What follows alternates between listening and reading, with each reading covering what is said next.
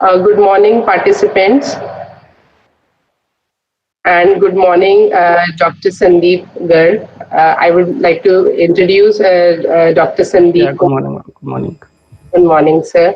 Sir is presently working as associate professor in the Department of Computer Science and Engineering, IIT Roorkee.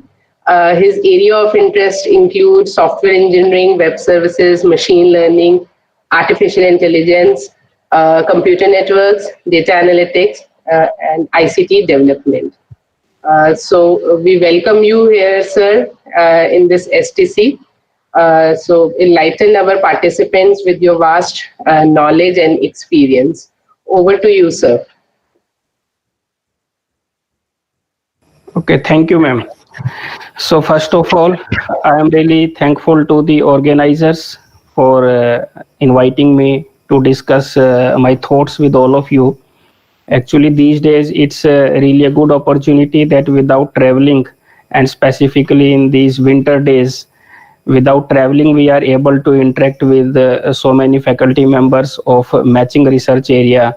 So that's why it's really a good opportunity for everyone, participants as well as the speakers. So for that, I am really thankful to the organizers of this STC from NIT Jalandhar. So thanks, and I am also thankful to all the participants for sparing their valuable time. Actually, in this winter in the morning, it is very difficult, but I can really see that at this moment also so many number of participants have joined. Like we are also organizing the courses and also delivering the lectures in different courses. So but in the morning session the attendance is very low, so it's really good to see that so many participants have joined, and I think all are faculty members, so that's a really good thing to see. So now I will start our discussion for today. First of all, right, I am sharing my screen.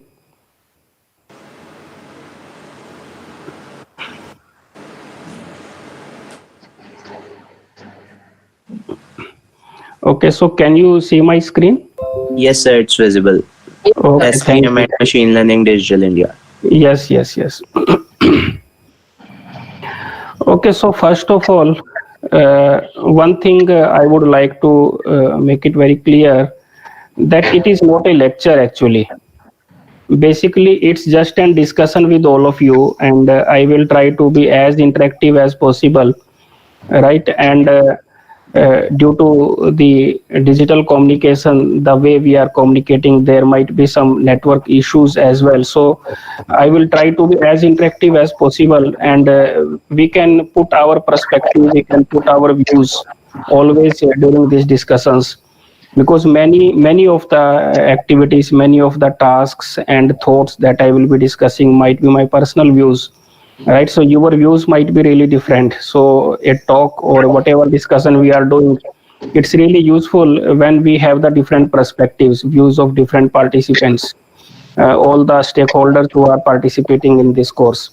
So from that sense, it is more like a discussion instead of a lecture, right? And second thing is that, like, I always believe, and it's a journal, a term that I always use whenever I am delivering some lecture, that in these lectures, more or less, we are getting lot many solutions as well as lot many questions at the end of the lecture or at the end of the course.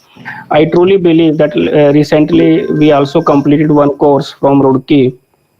We truly believe that at the end of the course, if you are having so many unsolved questions, unsolved problems, then that is more a big achievement as compared to you are having so many solutions. So at the end of the lecture or at the end of the course, if you are scolding to the organizer that they have called so different type of people, that we are our solutions are not given, we were just given the questions. So I really believe that that is a good indication and success of the course, right? Because ultimately all of us are faculty members and we want the questions, we want the problems as compared to solutions, so that we can work upon them as well as we can give those problems to our students, right? So that is really important thing. So that's why these STCs and training programs are really useful to get some good problems for your research work as well, for your projects as well, for thesis as well. Right. So I will try to discuss from that perspective in today's discussion. Right. So I hope you are able to see my screen. So Yes, sir. as far as the title of the course is concerned, as you can see, in the title itself, you have taken a very broad perspective, software engineering as well as machine learning, right? So many of you might have been from the area of machine learning. I really believe that because nowadays everybody is working in the area of machine learning, right? So, but more or less, I truly see that we are somewhere leaving behind the art of software development, or I will say, if we move forward, the engineering of software development, software engineering, right? And without understanding the intricacies and the challenges that are involved in developing the softwares for even for machine learning based softwares, we will not be able to get some good quality predictive models or good quality predictors or good quality learning models for the end user deployment. So that is really important to understand. So that's why in today's discussion, initially I will discuss about the possibilities of having the different applications of these, I will say, software intensive systems, which is just a term which is very new in the software engineering domain in digital India perspective. So my basic objective will be in this discussion to show you that how your work, if you are working in ML area, or if you are working in software engineering area, or if you are working in even management area, if you are working in security area, if you are working in data science area, how it can be aligned to the overall objective of various government initiatives. So I will roughly spend initial 10-15 minutes on this part, right? Then we will move on to understand how the software engineering is to be used for all these activities, what actually software intensive systems are, and how these are important, and research problems that can be worked upon in this area. So these are some of the resources, mostly from some books, some online resources, and most of them from the work of my PhD scholars as well as some of our publications. I have used the contents in this discussion. So basically, firstly, we need to understand what is SIS, software intensive systems. All of you are very much aware about software, right? All of us are very well aware about the software. So if we will look upon this term software, then previously, if you will think about the time, might be when we graduated in BTech, or when we did other of our education, primary education. At that time, softwares were just an additional thing that were helping us in our day-to-day activities, right? So they were just like an ad that we were getting.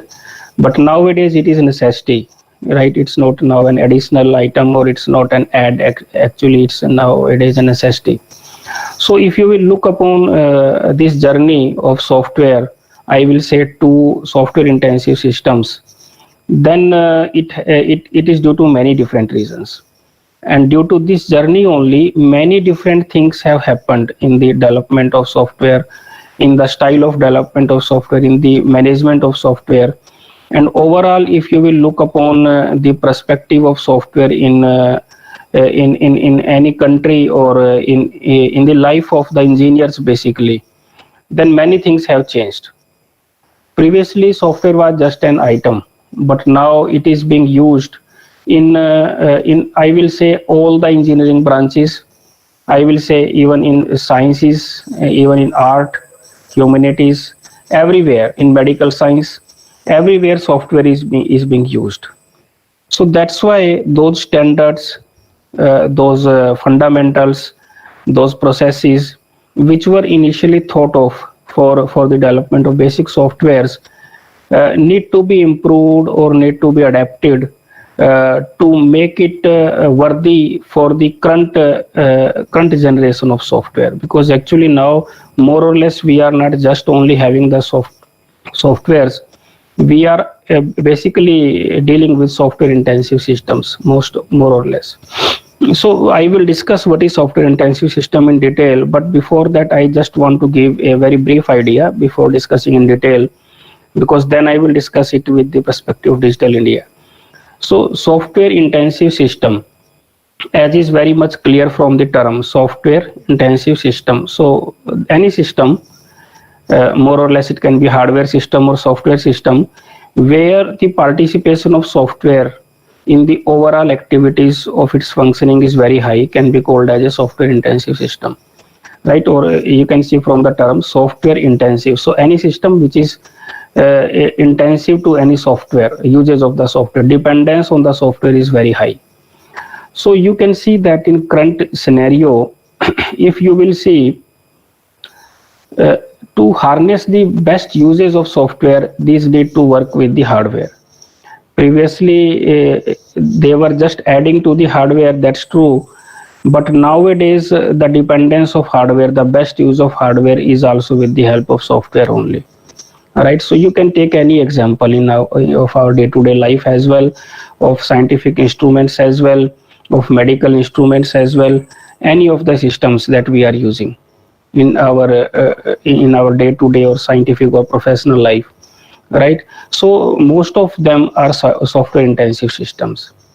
If we are developing any software, and at least it has to talk with your mobile phone or smartphone if it is a app, and it is ultimately using so many different parts of your smartphone, it is needing access to many of its hardware components, right? So that's why imaging the independent standalone software which can be so much useful to the market is very difficult, right?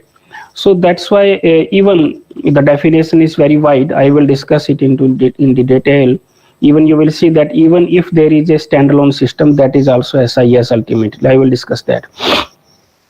Right. So, but if you will see that to get the best use of any project or any work that even the software engineering people are doing, they ultimately need to think about its application for the society, or application for the professional peoples, or whatever way it need to be shown that yes, it is applicable and useful to the society, whatever type of society it is, right?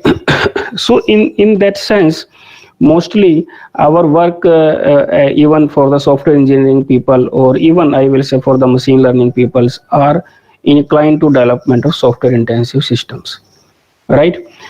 So firstly I will discuss with you how these software intensive systems, like whatever topic you are working in, whatever research area you are working in, then ultimately you can see that your area can be broadly applicable in the under the overall vision of digital India. I am talking from the perspective of our country. However, we can say it is applicable to digital country or digital society, right? So it's not very much confined, because all the different perspectives and objectives which are specified for digital India are more or less same, or more or less covered within the broad perspective of digitization. So I hope you are able to see my slides as we are moving from one slide to another, right? Yes, sir. We are able Yes, to. sir. Yeah. Okay, thank you. So if you look upon this slide, I have verbatim taken it from Digital India website, the vision of digital India. The vision of digital, I will spend 4 or 5 minutes on discussing about these different perspectives, but I really believe that you will get so many problems and so many project problems from this discussion. Vision of digital India, you will see that in this vision there are some important keywords. One is society, second is economy, knowledge economy. If you will see, even if any country is not digitized, even then both of these components are there, society as well as economy. But if you want to digitize it, then what is expected that through this digitization, your society should be more empowered, right? It might be already empowered, but our objective is to get it more empowered. And economy should be knowledge driven, right? Like there can be many different perspectives, many different professions in any country that helps to that helps in the economy of the country. Like it can be agriculture as well, right? It and in India it is basically agriculture is like helping a lot in empowering the economy and society. It can be scientific or chemical, like mining, many different professions, right? But when we want to have digitization, then it's not like generating a specific profession. It's basically empowering those already existing professions. Like recently only you might have seen the Webhub Summit of Government of India. I was also panelist in that. So in that also, the basic objective was that they have taken the different domains of work in India. Like one of the biggest domain was agriculture domain, and it was thought that how the existing technologies, digitization, AI, ML, data science, or like software development, ICT development, software engineering, all these can be useful for the empowerment of agriculture. So similarly, digitization or digital India is not to develop an parallel domain of digitization. It's basically affecting every existing domain. So that's why for computer science peoples basically, or I will say electronics peoples also, there is a good opportunity through this digitization effort or digital India effort to collaborate with the different peoples in different disciplines. So you will see that all the objectives, or even when you are getting the call for project from mining area, then also there is a term AI and ML or software development or digitization for different parts. So that's why it should be understood that digital India firstly is not a new parallel vertical, but it's to empower the existing verticals. Secondly, digital India perspective is not only for computer science guys, it is for all, and it is for computer science guys to help to all. So in that sense, the role of computer science is very much increased. Right? Recently, even I will give you some examples. Apart from agriculture, mining, and all that, even recently there was some of the initiatives from NASCOM regarding the empowerment of faculty members, training of faculty members for digital pedagogy. So earlier, it's not the case that this was the new initiative just now only. Pedagogy initiatives were working there already with very big projects, but now they have make it digital pedagogy, right? Just to empower the existing pedagogical infrastructure and pedagogical thoughts with the help of digitization, right? So I was also part of that, and we are also doing some activities regarding that. So that's why it is very important to understand that we need to increase our perspective broader. We need to widen our perspective so that we are able to use our domain knowledge of our like whatever area we are working, like wireless sensor networks or whatever area, so that we can collaborate with the people where these can actually be useful, right? So you can imagine that like if you are working in software engineering, or you are working in ICT development or data analytics, data science. So one way is to work in the core of that area. One way is to use the to develop the new algorithms of that area, to develop some new techniques in that area. Second way is also to help the knowledge that you have in that area to help the other peoples of different research domain, like in the mining, in the earthquake, right? I was part of one of the project in earthquake department for early prediction. So more or less they were using a lot of machine learning and sensors. So in this way we need to take care of our broad perspective in digitization. Secondly, if you will look upon the detailed vision areas of digital India, so there are three key vision areas: digital infrastructure, and then government services on demand, and then digital empowerment of citizens. Right. So overall, what you can see that digital infrastructure is okay for that. There are some initiatives of government under which they are funding the development of infrastructure as well, right? But in addition to that, if you are working in the research domain, then whatever work you are doing, if you can show it that it will help to the for the empowerment of citizens and for improvement of governance, then it can be coming under this broader perspective.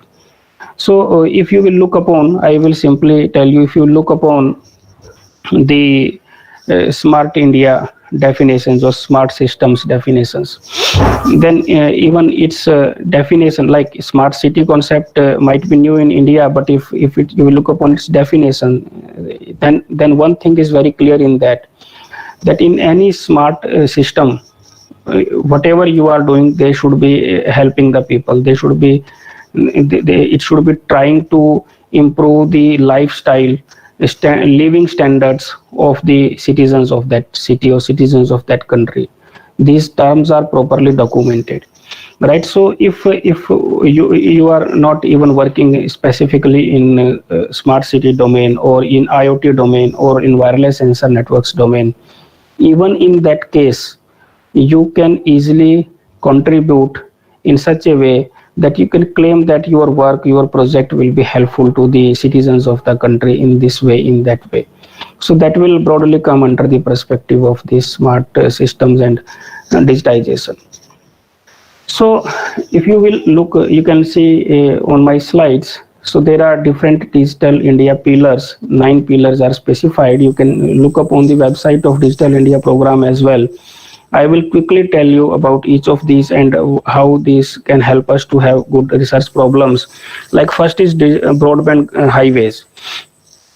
So broadband highways initiative is saying that we in the future we should have broadband connectivity for all, right? Rural or urban, whatever, right?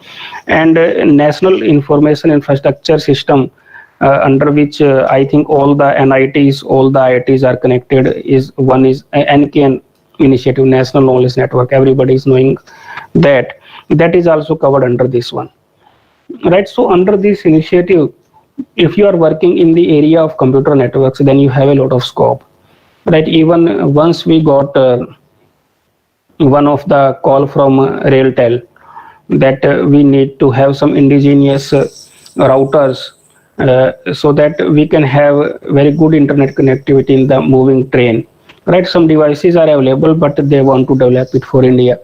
Right? So there are so many problems which are covered under this particular domain.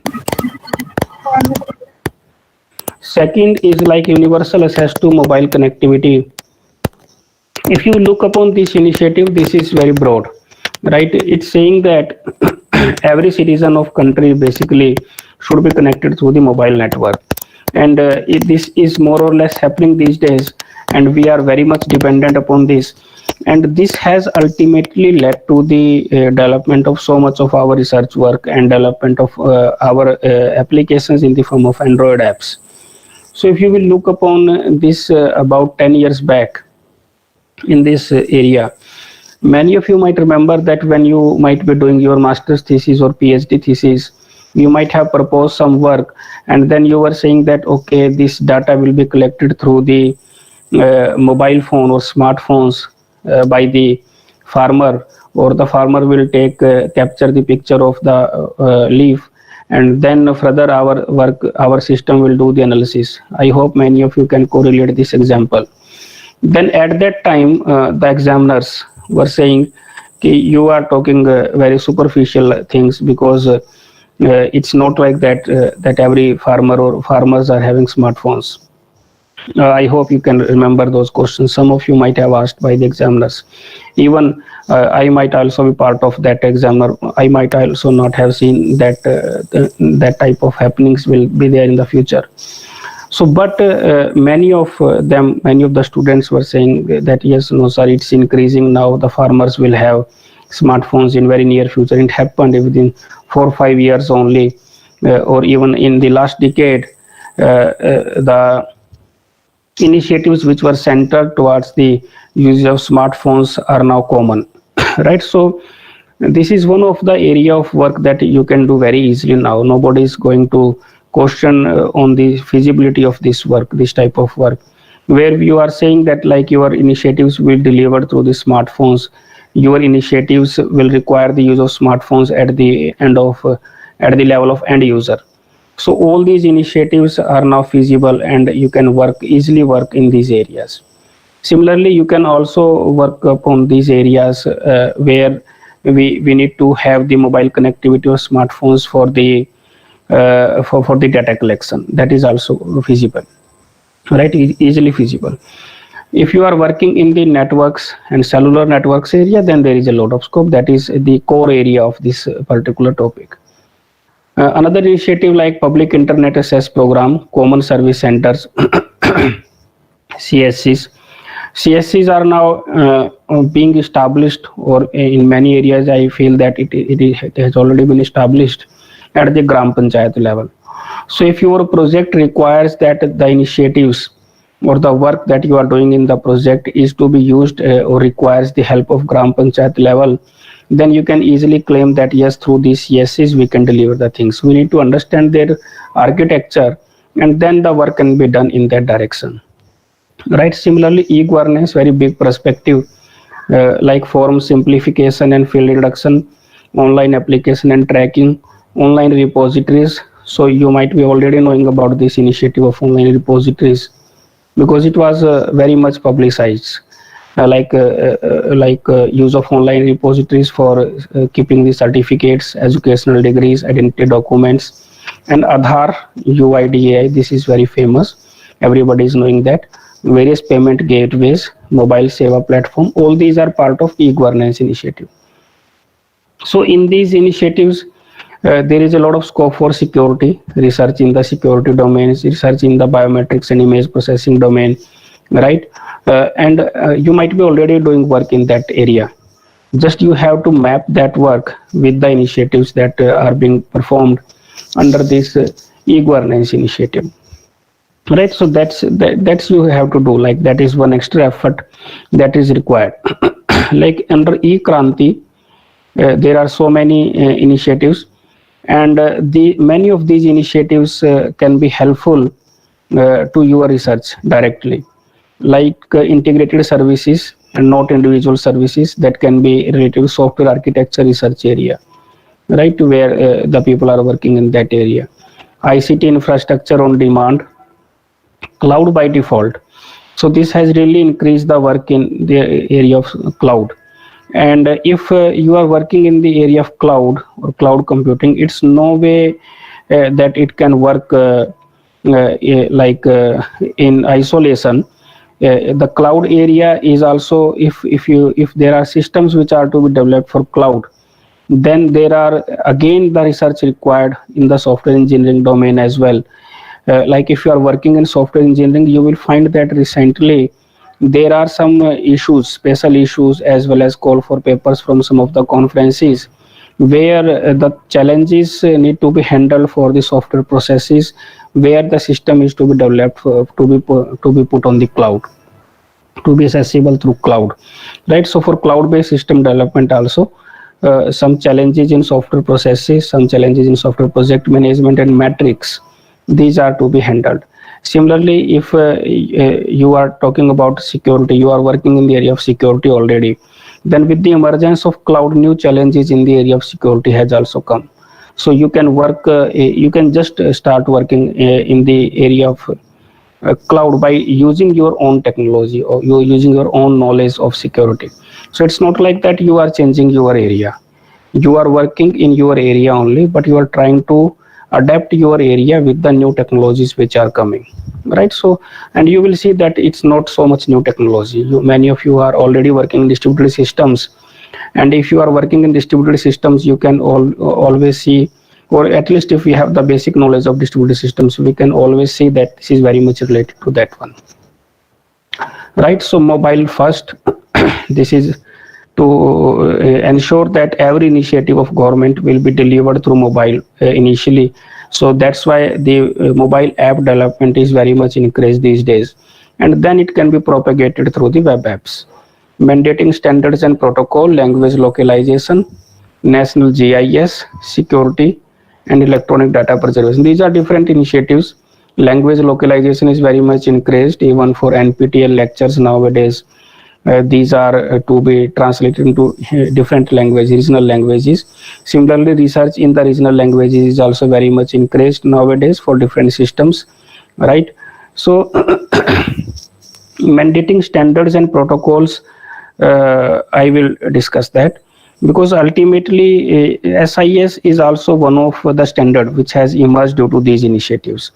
Like when the things are happening, everything that I am discussing with you is ultimately to be developed in the form of software intensive system. So that's why even the ISO standards and the different standards of at the Indian level, also BSI standards, these are also to be adapted for the new initiatives and new changes which are happening. So due to that reason, many software engineering standards have also been improved, have also been modified. Another initiative, social media engagement, open data platform. So open data platform is just now happening, and this is also good for the research community in India specifically. If you remember that most of the data that we are using these days, that is not from the Indian perspective, except some medical or agriculture data. So if you are working in smart city domain or many different areas of data science or machine learning, then most of the time we are using data from which is corresponding to the cities or the organizations from different countries. So this initiative can be really helpful to do work in the area of ML or software development from the data from the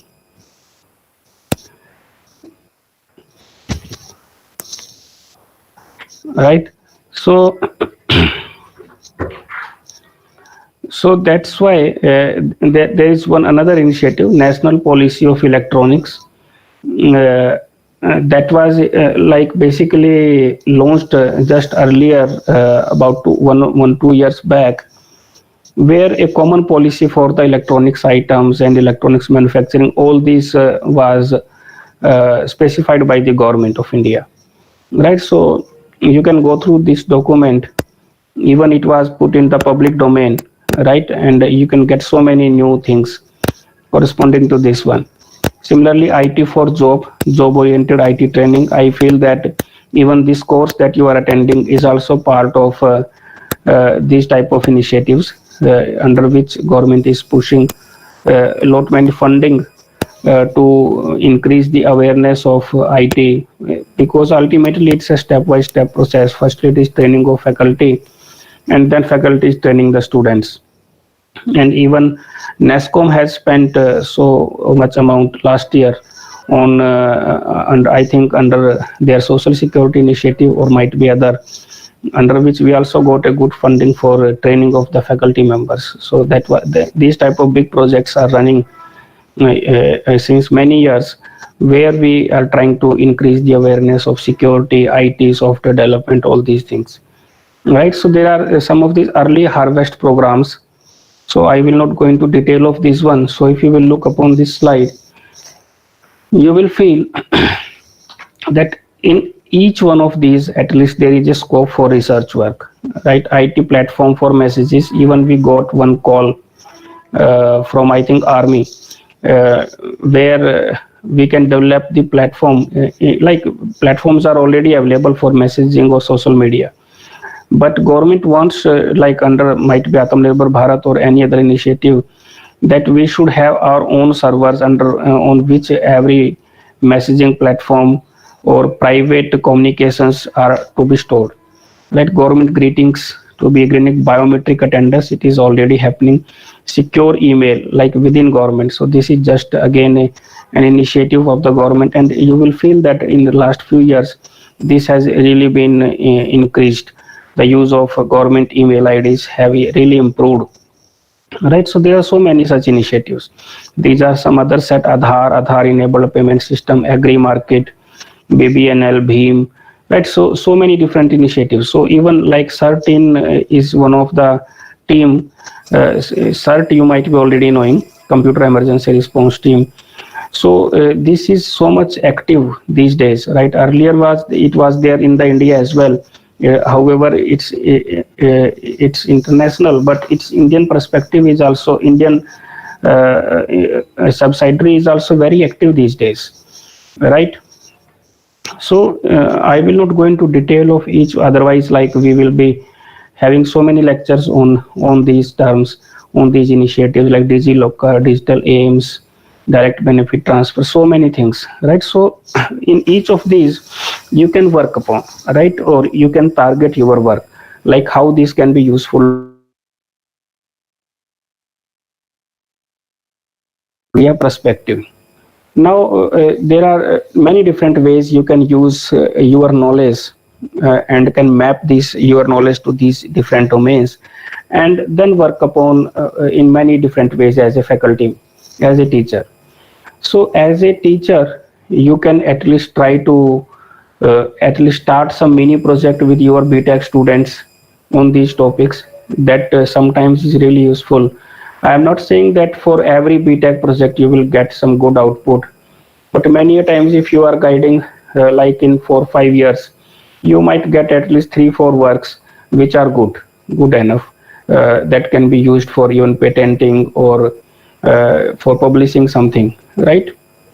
And at least they will give some knowledge to the students about the initiatives that are happening in country. Similarly, as a researcher also you can apply for various fundings, right? And you can also give some research projects to your PhD students, your MTech students. So if you will see upon all these things that I have already discussed with you, then overall what you can see, one thing is very common, and that is softwares. In all these systems, more or less every initiative is having the use of softwares. And even you can see that these days everything is driven by these softwares in our country, or more or less in all the countries. So in these basically items that you are using these days, software is dominating. You can take a very simple example, like if you are using washing machine. So you must have been using washing machine about 10 years back as well, right? But the washing machine that you are using today, in those cases, if I am saying that it is providing 100 functionalities to end user, then out of those 100 functionality, more or less at least 70 functionalities are having the use of software which is embedded in that washing machine. So if you can take any example from day to day life, or from the digital India perspective, the different applications that we are talking about, right? Or whatever we are developing, like even biometric attendance systems, right? Or whatever, like use of Aadhaar card. So in all these cases, the usage of software is highly intensive, right? So any system where software, so you can read upon this quoted definition. It says that any system where software influences to a large extent the design, construction, deployment, and evolution of the system as a whole can be considered as a software intensive system. So we have already talked about the software engineering. Already we know about that, right? Similarly, we already know about system engineering or hardware engineering. These software intensive systems are basically talking about the both. So it says that we need to talk about both, we need to think about both to deploy a applicable consumer electronic device, we can call it, right? Where software is also very much used, but that software need to be integrated with the hardware, right? To ultimately fulfill the required objectives. Or software alone might be efficient enough to fulfill your objective. So that is up to who, I will say, only software or dominant use of software, that will be SIS. So there are many such examples that you will feel, that you will see in day-to-day life, many different telecommunication activities that you are doing, even automotive applications in embedded systems like wireless ad hoc systems, business applications, many web services that we are using in day-to-day life, right? So all these are software intensive systems, right? So that's why an ISO standard is also now talking about a software intensive system, or I will say even the IEEE standard, IEEE 42010, right? So in this, many things have been changed, revised as per the definition of SIS. Earlier it was mainly talking about softwares. So any software intensive systems, if you will look upon this quoted definition, it's saying that it is having the dominant consideration for software, right? Even the most complex systems that you are using today, like even safety critical systems, uh, I will say the spacecraft controllers, or even air traffic controllers, or I will say the nuclear power plant management systems. So all these systems, even the defense systems, these systems are nowadays highly dependent upon the software controllers for which they are working, right? So that's why lot of work in this direction is required. Like I can recall one of the communication with one of the lab of DRDO. It is said that reliability is very important in all these activities, right? Whatever they are developing, like missile systems, or ultimately missile spacecraft, whatever they are developing, reliability is very important. Reliability and safety. So previously, the standardization of all these things, and even the testing of all these things are more or less previously dependent upon the hardware reliability and safety through the hardwares. But nowadays, a lot of work or a lot of discussion is happening in these organizations, right? We had some discussions, we attended some meetings, and even they asked for the academia to help in that direction, so that there can be standardization for the software parts also, if we cannot ignore them ultimately in the big system. So that transition is very important these days, that equal or more importance is to be given to the software part of that bigger system, or I will say SIS, right? Where you need to give full attention not only to the hardware reliability or hardware safety or quality of hardware, but also to the quality of software, reliability of software, right, and safety. That even there can be safety hazards without proper software implementation. So these need to be taken care of more or less nowadays in all the different type of systems of general uses, or strategic important components, such strategic important systems. So more or less you will see that in any digital India perspective, or in any smart city, I will say software intensive systems are very much dominating, right? And in these cases, in these software intensive systems, we cannot think of as each of the component as an individual component, because ultimately if we are thinking that as an individual component, they might be successfully working, but if these are integrated with the overall system, then there might be failure. So that is also very important thing in development of software intensive systems, right? So that's why these two terms, software product lines, SPL, and systems of systems, are very useful and can be worked upon for the software engineering people. They can try to research in these directions, and that can ultimately help us in SIS modeling. You can see that, like if you are working for any software development or any machine learning problem or data science problem or image processing problem for the smart city, then a complete smart city system can be thought of as a SIS. So in that there might be so many small systems, so many integrated or elementary systems. So in all these cases, your research or your system that you are developing will be one of the system or one of the element of SIS. So if you are working an individualistic without thinking about its interface that you are developing, without thinking about its interface with which it has to work, it might be human interface or it might be other system with which it will be interacting, then at the end of day, a big question at the completion of project might be that where it will be integrated, because existing systems are like that. And if you are saying that we can modify the other systems or existing systems, then this is failure. Your system will be failure, not the other systems. Because you have developed a system, then you should take care of the overall architecture where your system will be applicable. So that is very important point nowadays. Otherwise, at the end of the day, everybody is doing their job very well, but the connectivity of that job, the interfacing of those systems will not be possible. So that is very big issue.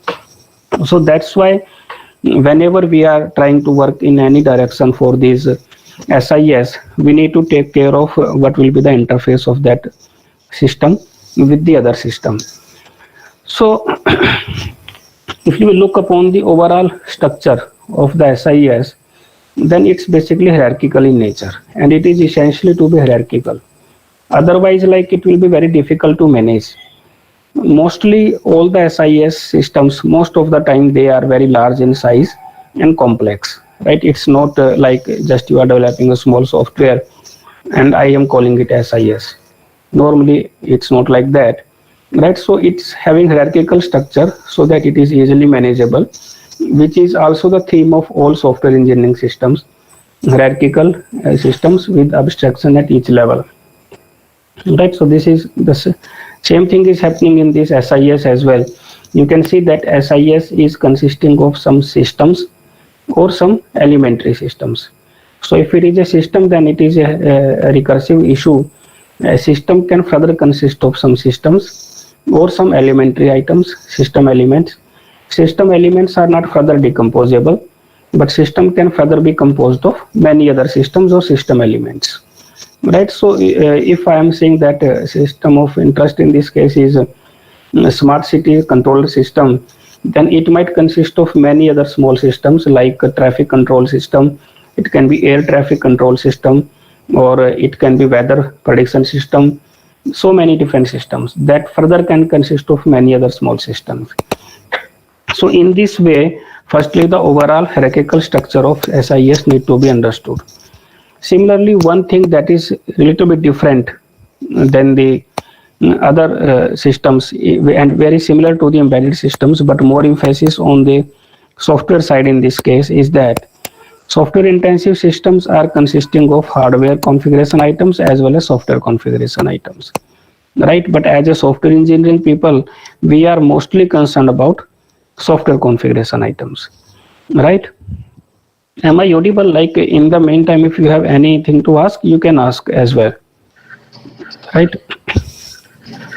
Okay. You're audible, sir. Okay. So that is a big challenge in online teaching, right? We were completing the pedagogy course a few days back.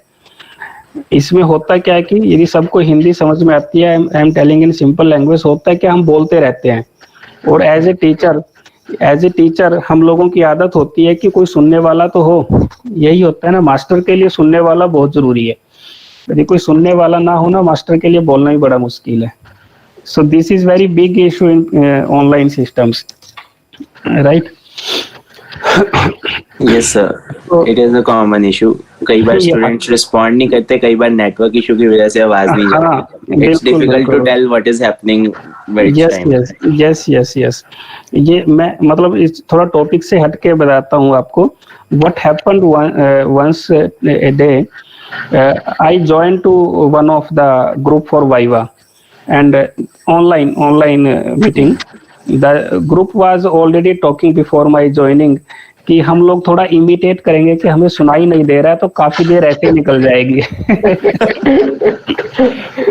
So that is the scenario now. Very difficult to judge who is genuine and who is where is the problem. So that's happening always.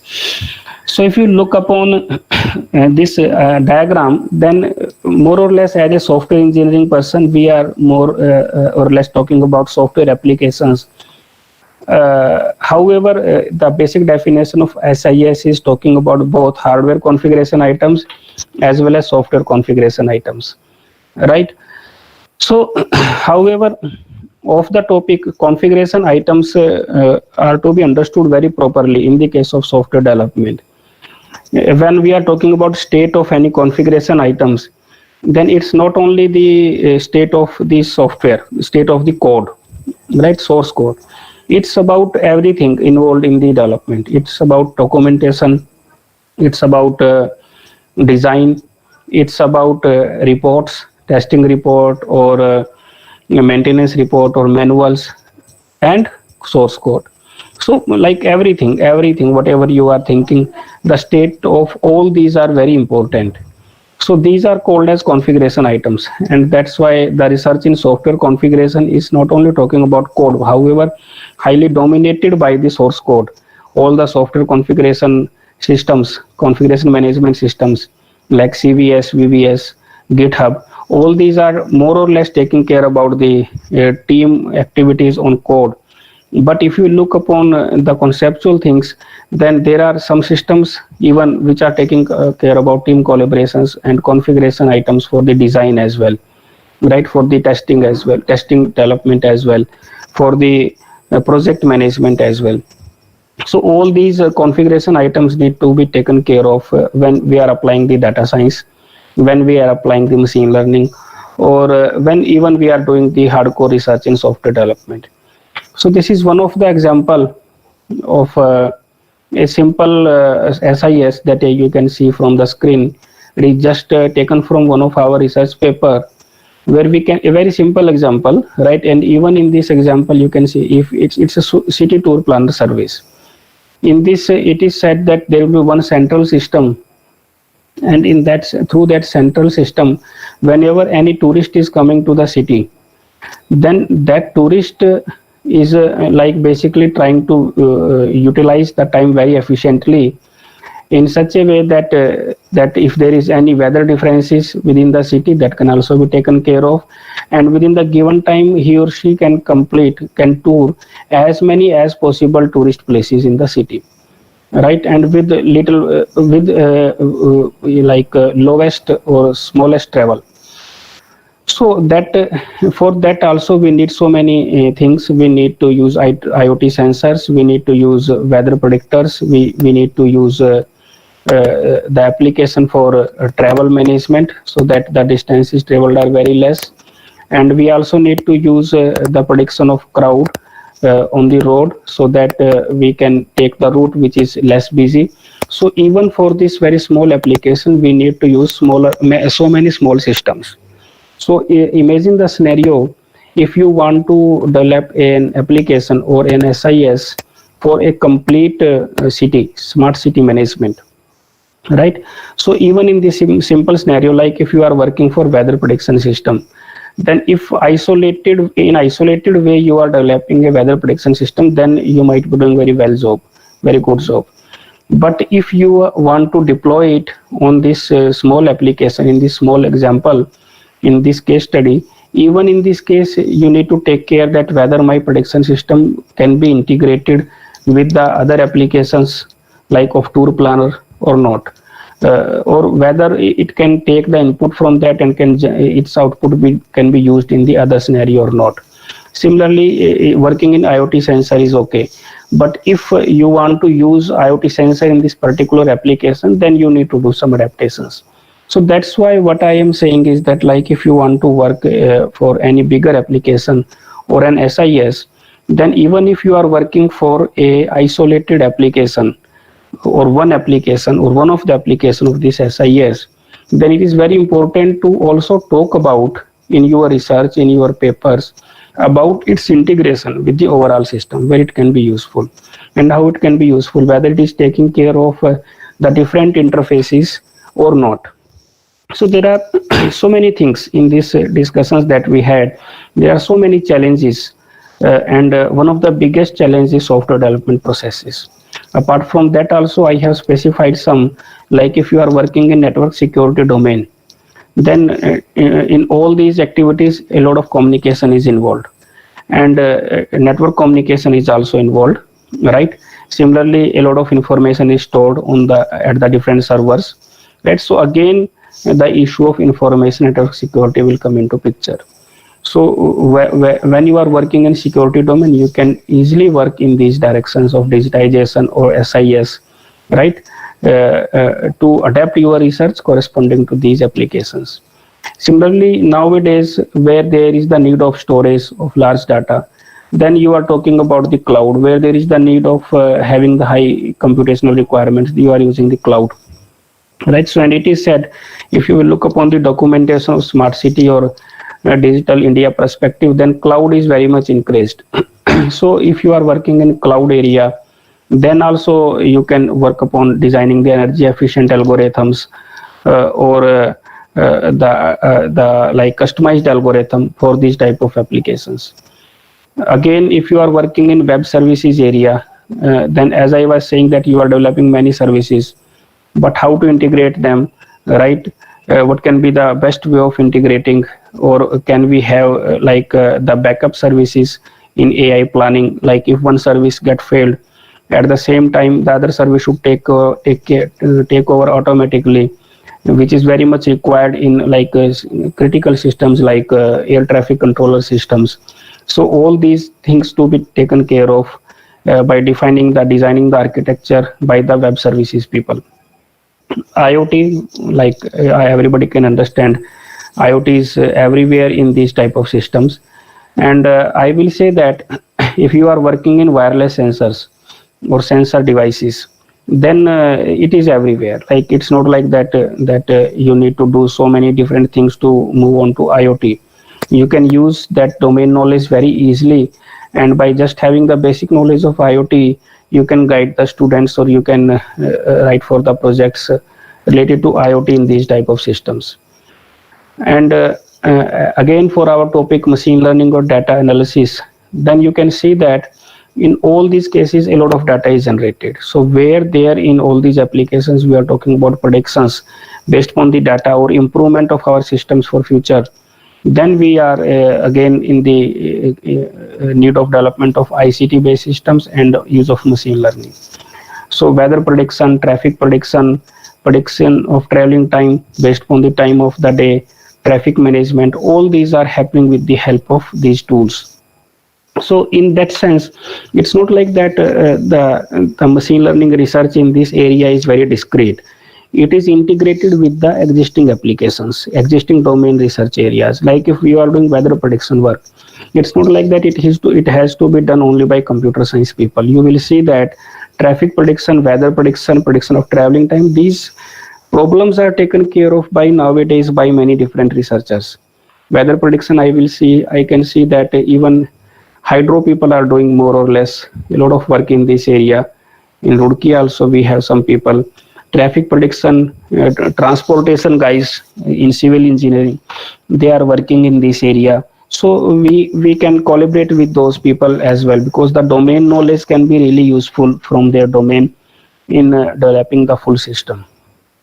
Again, for all these activities, development process is really essential. And I really feel, and I am not happy to see that this is very much overlooked, development process. Many times, most of the people are working in ML or security and all these things. But nowadays, you will see that not nowadays only. I think since many years, students are not putting so much effort in developing these systems very properly. They are developing it. They are developing the software. They are just thinking that if it is functional, it's okay. But at the end of the day, if you look upon that software, they might be claiming that it's a very good application. It's doing so many good activities, right? But when you will see it very minutely after taking the Viva, then you will find that it is having so many issues, right? Navigational issues are there. Front end is not properly drawn. It's not good, and professional design is also not good. Code is ununderstandable. So ultimately, that software, even if looks to have good application, is dumb. It's of no use. So I really feel that it's due to the reason that the development process, the design standards, all these are overlooked by the students. And even this is happening in many small industries as well. I will not say the big houses, because I have really seen in all the big industries, big software houses, they are following some laid down standards. Even they are documenting these standards. They are following some good policies of software development. Even for software project management also, they are everything is properly followed. But in many of the new organizations, in some startups, these development processes are very much overlooked.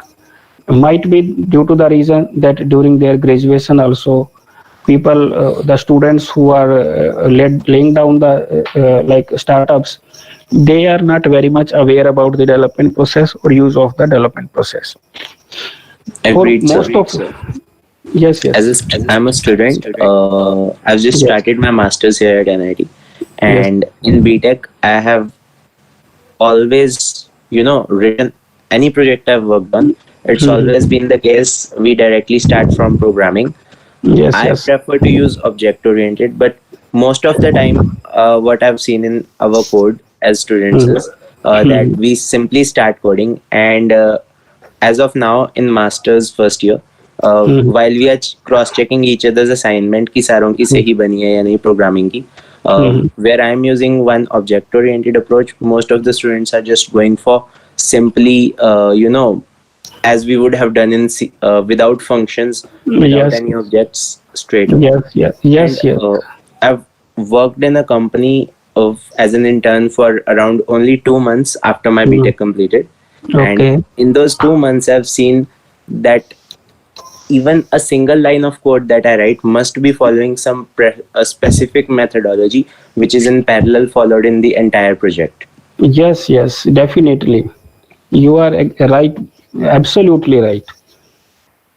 Yeah, that's the problem that everybody is facing. I really feel that even like all of you, as you are also teaching at different institutions, you must also be facing this problem.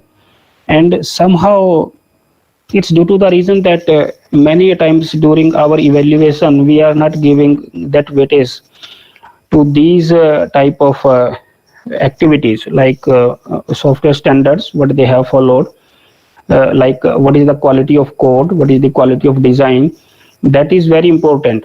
So when we are talking about like BTech project evaluation or whatever activity they are doing, then really what we are looking upon, what is the result, and overall the result is good, but what is the quality of their code, what is the quality of design, that is very much overlooked.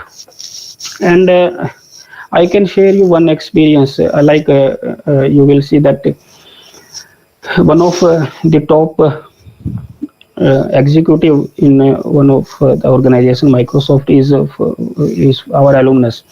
So we were talking to that person that what actually you look like, all of our students are able to write very good quality code. No, all of our students are able to write code whatever you want. Then you are selecting only 2 3, why not all? Because you need the people. So there is very simple answer, like we know that the code that everybody have written is working, it's functional, it's giving the functionality that we require, but we want the people who have written the robust code, good quality code. So it's nowadays the competition is in the direction that we require the quality people, not just the quantity of people. Quality outcome, not just the quantity of outcome. So that's why for very big organizations, the quality of the code, quality of design, quality of algorithm is very important. So that is very much overlooked nowadays, and that's not good for the software engineering people. And I can see these issues throughout the India, throughout the world even. And but in India specifically, like in many institutions, this is very much overlooked, and in most of the institutions I will say. And I cannot name many of the initiatives under which these are very much overlooked. But if you look upon the corporate houses, very big corporate houses, they are very much increasing it. Like you can see that even there are some competitions related to design. Like given the problem, you will have many participants, and let us see who will go design this problem very properly.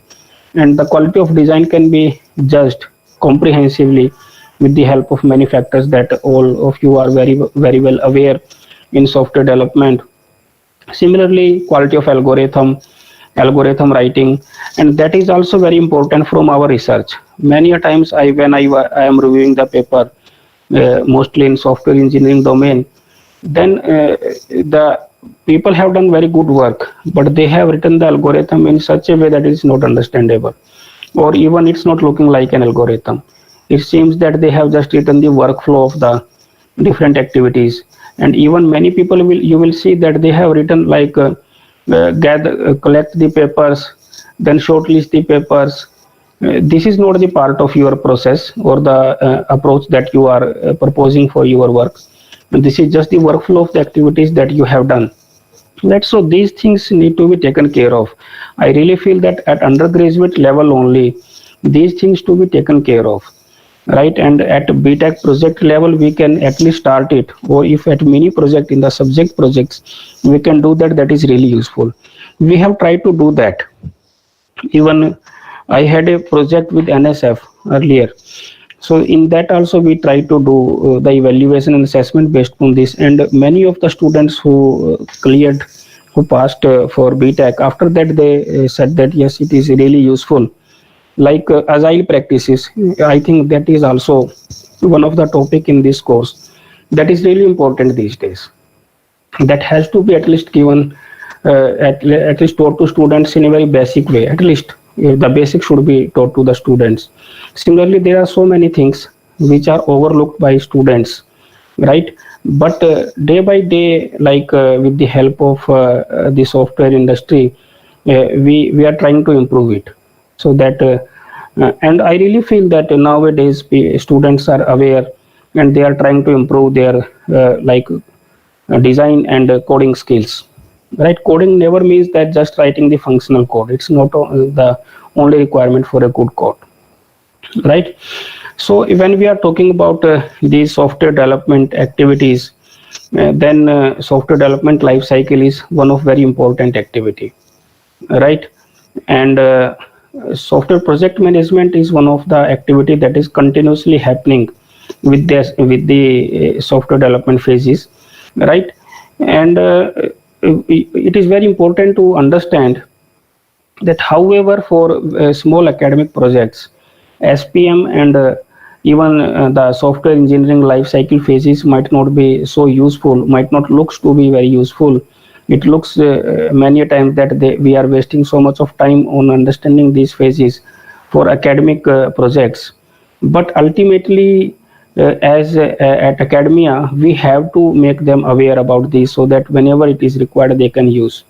And we really feel that, and even it is documented in software engineering, that for large commercial projects, these are essential, right? And many of you might be very much aware about this construction analogy, that where the software engineering is really useful, right? Because ultimately I really feel that for a small size problem, software engineering might not be like looking so much useful. It will be useful, but overall the efforts might increase, cost might increase. But if the project is of very large size, then its uses is so much like visible, its benefits are so much visible to everyone, that that's why every industry nowadays is putting so much effort and so much money in applying these principles like DevOps, Agile. They are even hiring the people for deploying the Agile in their organization, and many big houses have already done it. So that's why many times it seems to be very non-technical activities, but their overall effect is very good, and a lot of cost saving, a lot of improvement in the lifestyle of engineers and manpower, and all these are happening. You can imagine a scenario like you might have heard about two principles of abstraction and decomposition in software engineering. This seems to be very theoretical, but do you think that is there any possibility of peaceful life of software engineer without using these? Like one way or another way, these need to be applied by software engineers. If software engineer is not applying the abstraction and decomposition, then they need to remember the complete project all the time, right? In that sense, they will not be able to sleep, right? नींद ही नहीं आएगी रात में, सारा दिन variables ही घूमते रहेंगे mind में. So then ultimately, by habit or by training, by practice, they are applying it one way or another way. So in that way only it is possible to manage the big projects, right? So if we are talking about the use of machine learning, like in this slide, in the previous this slide, you can see that software project management is one of the activity that is happening throughout the life cycle of the software, starting from the inception phase to the deployment, or even after the deployment. Many of the project management activities are happening. So as the nowadays, however, like for effort estimation, fault prediction, basically for effort estimation, cost estimation, there are many inherent techniques which are available in software engineering. But there were, if you will look upon these techniques very minutely, then you will see that we need to do we need to use some variables, no, some constants, which are defined based on some historical values. You can see upon many different models in software engineering. In most of the cases, we need to use some constants which are dependent upon the expert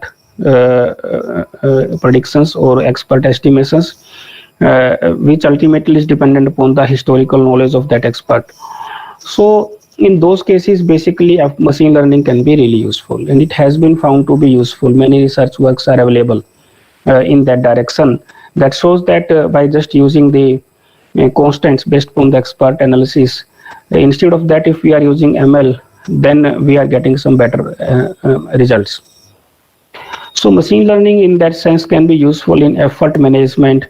In effort management, it can be testing effort, it can be development effort, so any other type of effort, design effort, like quality improvement and management, like fault prediction can be used for quality improvement, overall quality management of software. Market assessment, many a times it is done with the help of data analysis, right? Everybody is aware about that. Before launching the software, doing the market assessment, or before even developing the software, you want to do the assessment of market, estimation of different parameters like cost estimation, effort estimation, number of fault prediction, or many other different ways are there that can help in the project management. And even in day-to-day activities of project management also, many AI models can be useful, and many tools are available that are ultimately using the ML models for helping to do these management activities. But if you look upon closely, then most of the learning models require some data, right? And if you will look upon various ML problems, not essentially to be software engineering, where you are applying the ML or software project management, any type of area where you are applying ML, then what actually the data is? What is the data in that? If you look closely, then most of the time that data is the attributes of different objects of that domain. Whatever is, like if you are talking about images, image processing, if you are talking about tweets, social media analytics, whatever area you are applying the ML, then mostly ML is dealing with the data, and that data is ultimately the attributes, characteristics of the different objects. In this case also, in the software engineering also, we are very much interested in the data, and in this case also the data is attributes. What is that data in this case? Attributes of the softwares. When we are applying the ML on software engineering, then our object is software here. So we are not giving software as input. We are taking the attributes of that software and using those attributes to do the analysis, right? So what can be the attributes of software? Like if I am, what is the meaning of attribute? Like what can be the attribute of a human being?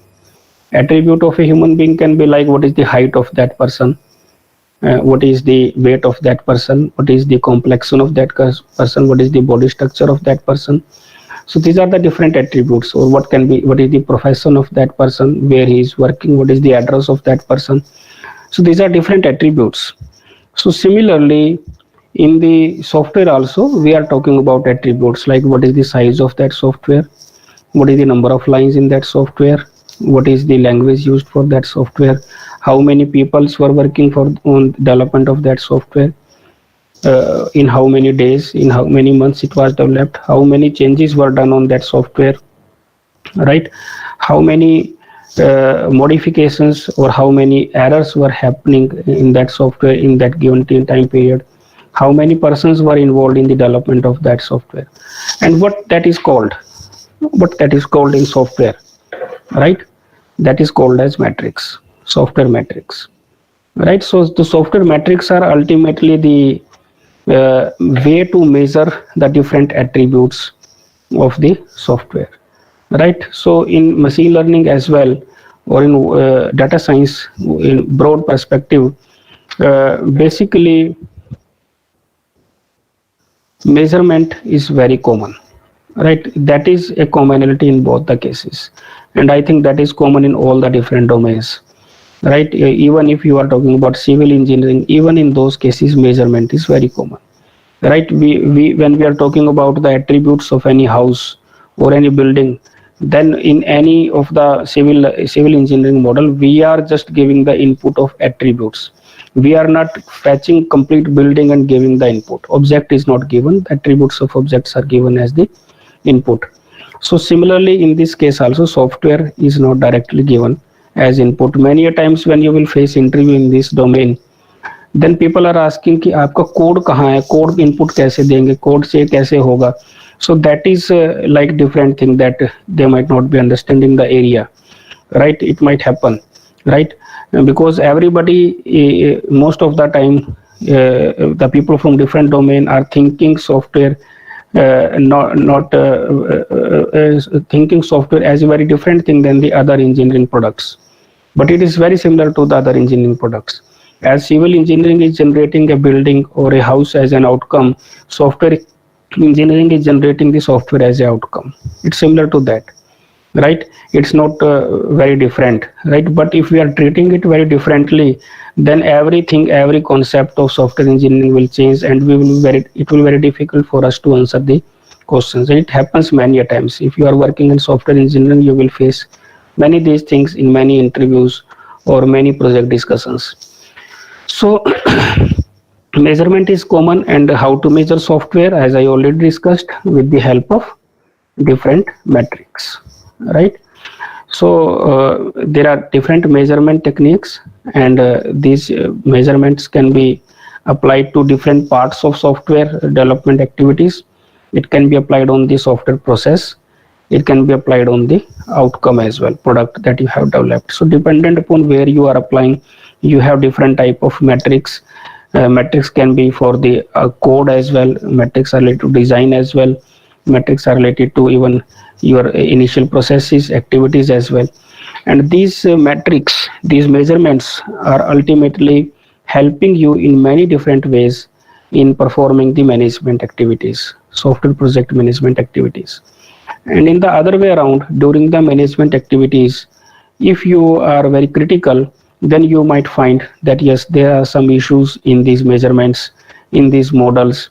Then you can improve your models and matrices after gathering the information during your management activity. So this can be a two-way process, right? It can help in management, and management can help in improvement of your metrics and even the processes. So the feedback system can help to further improve your software processes and products, right?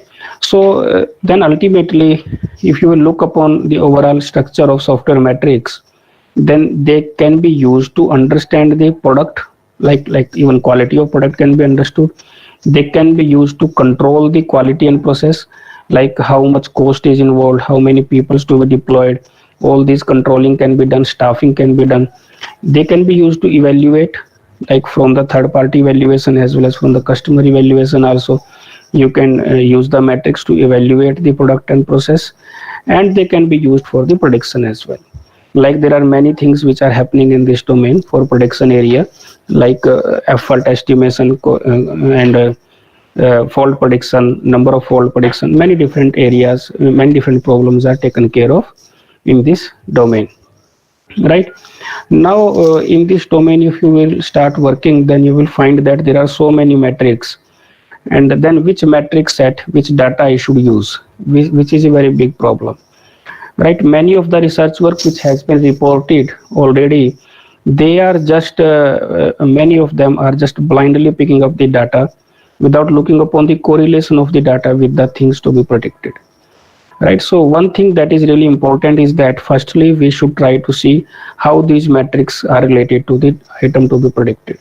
If we are looking upon that figure, that analysis, then our prediction is very fruitful, right? So blindly picking up the data and applying it for different purposes for the different type of predictions is not normally so much useful, right? So even we have tried to do some analysis in this direction for different type of problems for the prediction area, and then overall for the fault prediction, in which we have done some work for effort estimation. Also we have done some work so for the different type of metrics, for different type of data.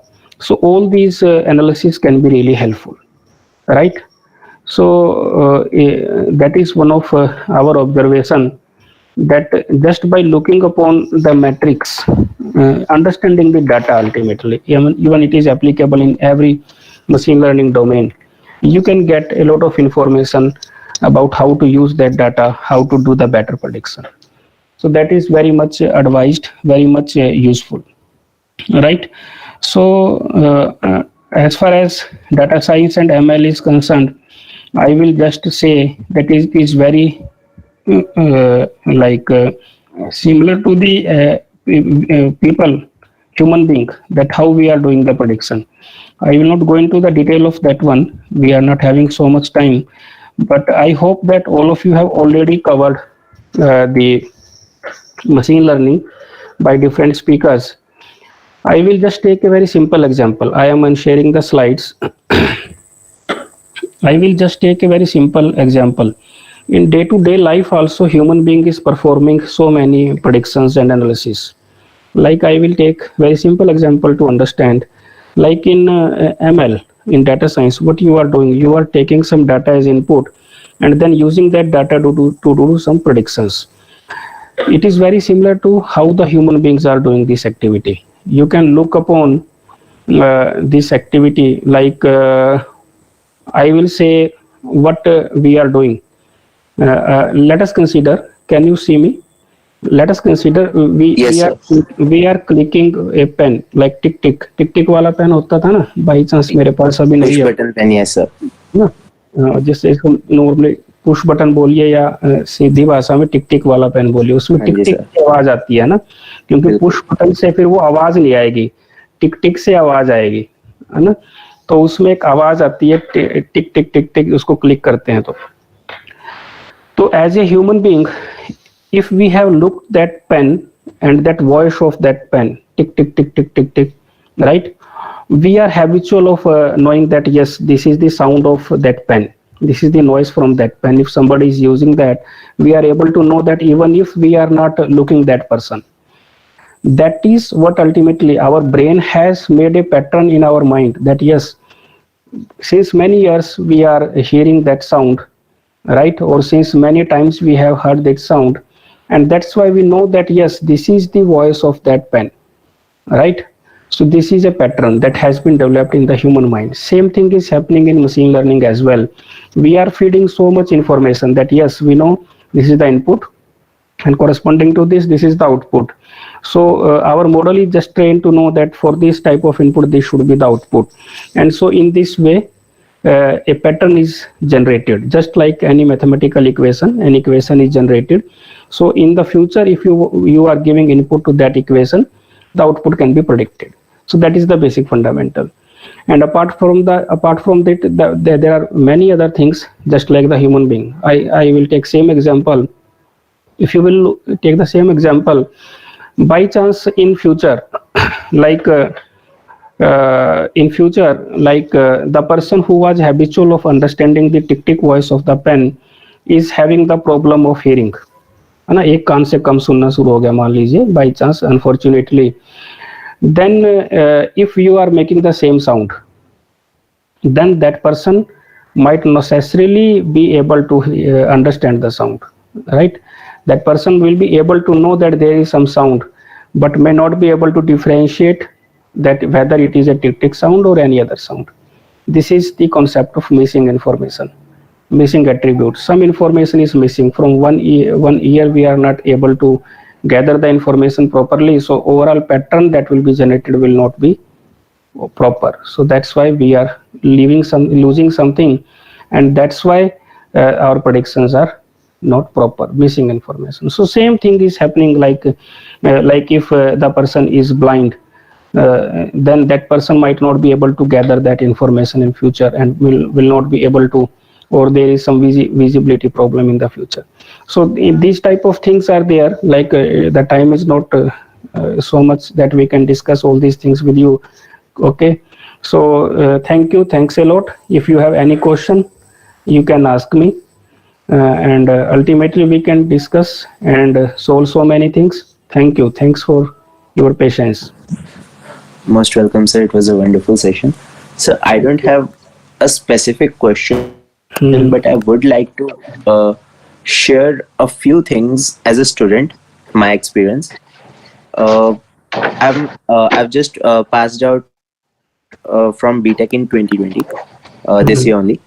and as you yourself said, for a smaller project, it's not always cost effective to go into the depth of software management and software engineering concepts while designing a project.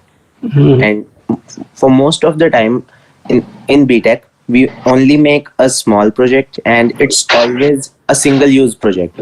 We Mhm. make it, we show it at the end of the subject or semester as an Mhm. assignment, and then it is discarded. Mhm. Also, most of the time, we are given restrictions that we should have a small team size, so most of the students don't even touch anything big or complicated because Mhm. of a limit of 2 or 3 team size. Yes. So in uh, in my previous college, the last semester, there was an external expert who was brought in to assist us or guide us on how to proceed with a final semester project. And Mhm. what happened was, they recommended that we make a team of minimum 10 to 15 members, and Okay. that the project had to be very big. What happened Mhm. there was, because we had to make this big a team and then equally justifiably a very big project to Mhm. justify 10 to 15 members, we Mhm. had to we were forced to adopt object oriented approaches. We had to follow these methodologies, Mhm. rather than just winging it, making a small project without using anything. That Mhm. wasn't feasible for us as students for that project. That is Mhm. like one of a very Yeah, good example that's yeah, yeah. how That's students were that's true. forced to work using Mhm. these principles. Yeah, that's true. That's true. Like I am also favor of that. That ultimately the academic projects are not so big that ideally we should use the principles of software engineering for every activity. But in the academics, the basic purpose is also to practice, to train, and to teach. So that's why under the given scenario only we need to apply the principles in such a way that we are able to at least understand them, right? So that's why many a times teachers have to force the students to use that, even if that might not look to be very useful, right? So the basic purpose in those cases is to learn how to use those practices, and in future whenever they are essentially needed, in those cases you can apply them. So that is the overall thought. And secondly, having very large team also depends upon the size of the project. If project size is not very large, then normally deploying very large team is not of very much use, right? Even it's established in software engineering principles as well. But for the purpose of deploying these principles, many a times we need to do these type of activities at academic level, and even I also do it by having the role play activities, where some of the students might be working as a customer for requirements gathering. This type of activities has to be conducted so that at least students are understanding the things. Okay, I hope. Yes, any other query from any other participant?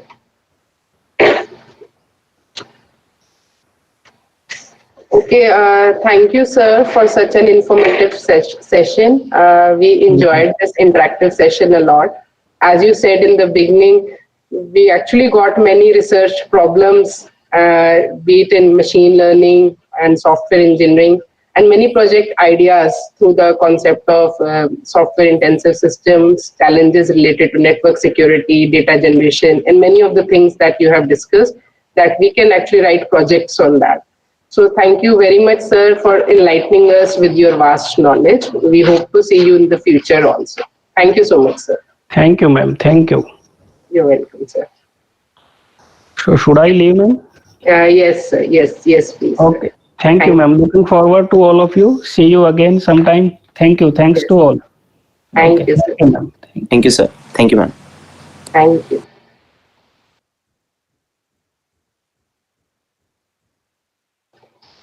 So participants, the next session will start at 3. Okay, bye. Bye, ma'am. Take care. Bye.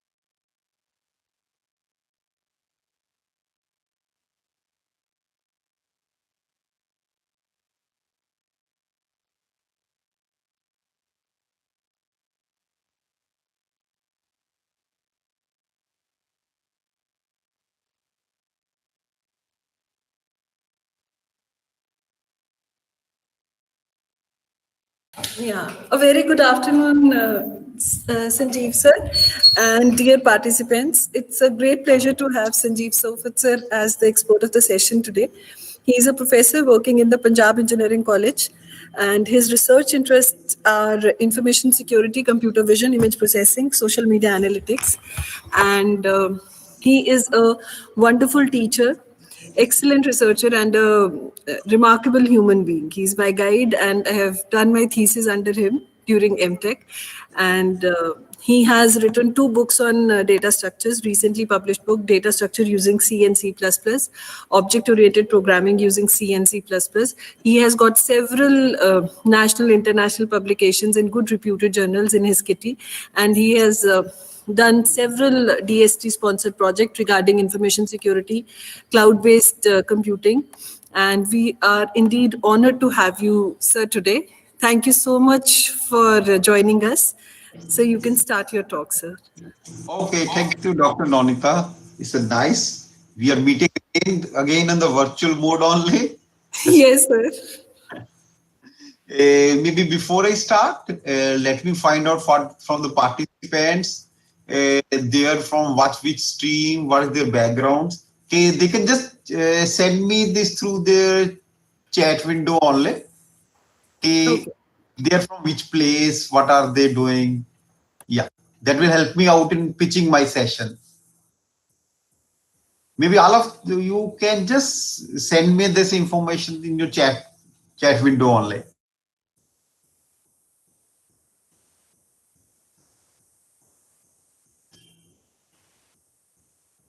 So maybe today is the third day of your course. Yes, sir. Today is the third day, second half. The second half. So few of them are actually faculty members. The one, so people are writing their yeah, no, I'm getting. Somebody Yeah. working as NSUT. What is NSUT? Good afternoon, sir. It is Netaji Subhash University of Technology. Okay, Dwarka. you're from Delhi. Okay, that's great. Yes. Soft computing neural networks. Okay. AP in CSC, IMC, Ghaziabad. Maybe you do it quickly, all of you. Yes, somebody DVIT, Haryana Masters Computer, NIT Jalandhar.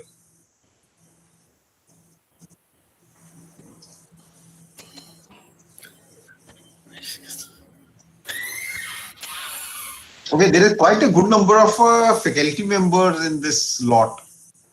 Yes, sir. Mostly they are faculty members only. Okay, that's what I was Few wondering. are PhD scholars as well. Okay.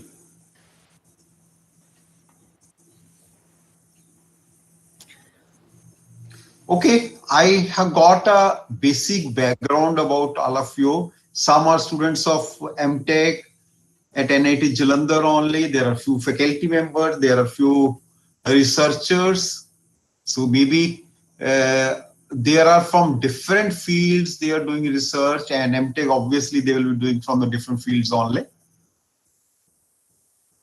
Now, what I am planning is I will be talking to you about machine learning and some aspects of machine learning in a software engineering. That's what I have planned up for you today.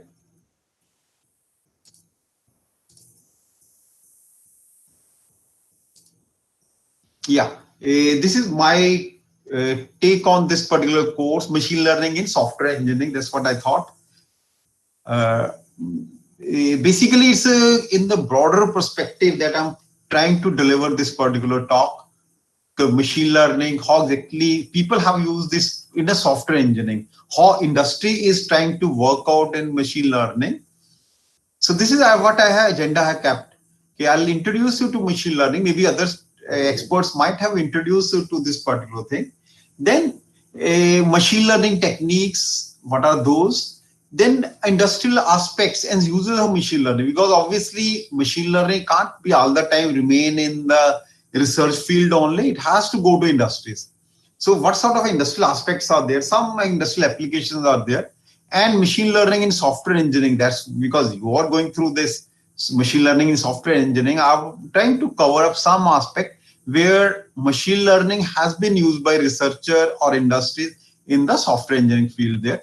Now, if you look at this particular diagram, in the earlier days, we used to have something like a technique, and other was a software engineering, and we never thought of they can be linked. No, why? Because software engineering remained in its own paradigm, where people used to say, okay, software engineering is, there are certain models there through which you can develop. Maybe later on there are object-oriented models and other models also came up there. But there were very few researchers who have worked in this area. Can I think of learning software engineer using machine learning in various tasks where we can use, which are there in the software engineering, like project planning, design and analysis. Can I think about machine learning? Because basically what we are trying to do in the software engineering also is, the moment some user is there, he gives a requirement. There is a designer there who tries to learn it. Then in the analysis phase, while he's learning, he may be partially learning, completely learning, that depends upon his capabilities. Then the moment we goes to design, whatever this software, the designer has learned, or analytic part has learned, he tries to design a software based on that, and it is implemented. And then once it is implemented, at the time the user comes back, this is not what I wanted to have. Again, we go back to our feedback mechanism, and again we start with the analysis phase. So this used to be 1 cycle, 2 cycle, 3 cycle, and it kept on continuing there.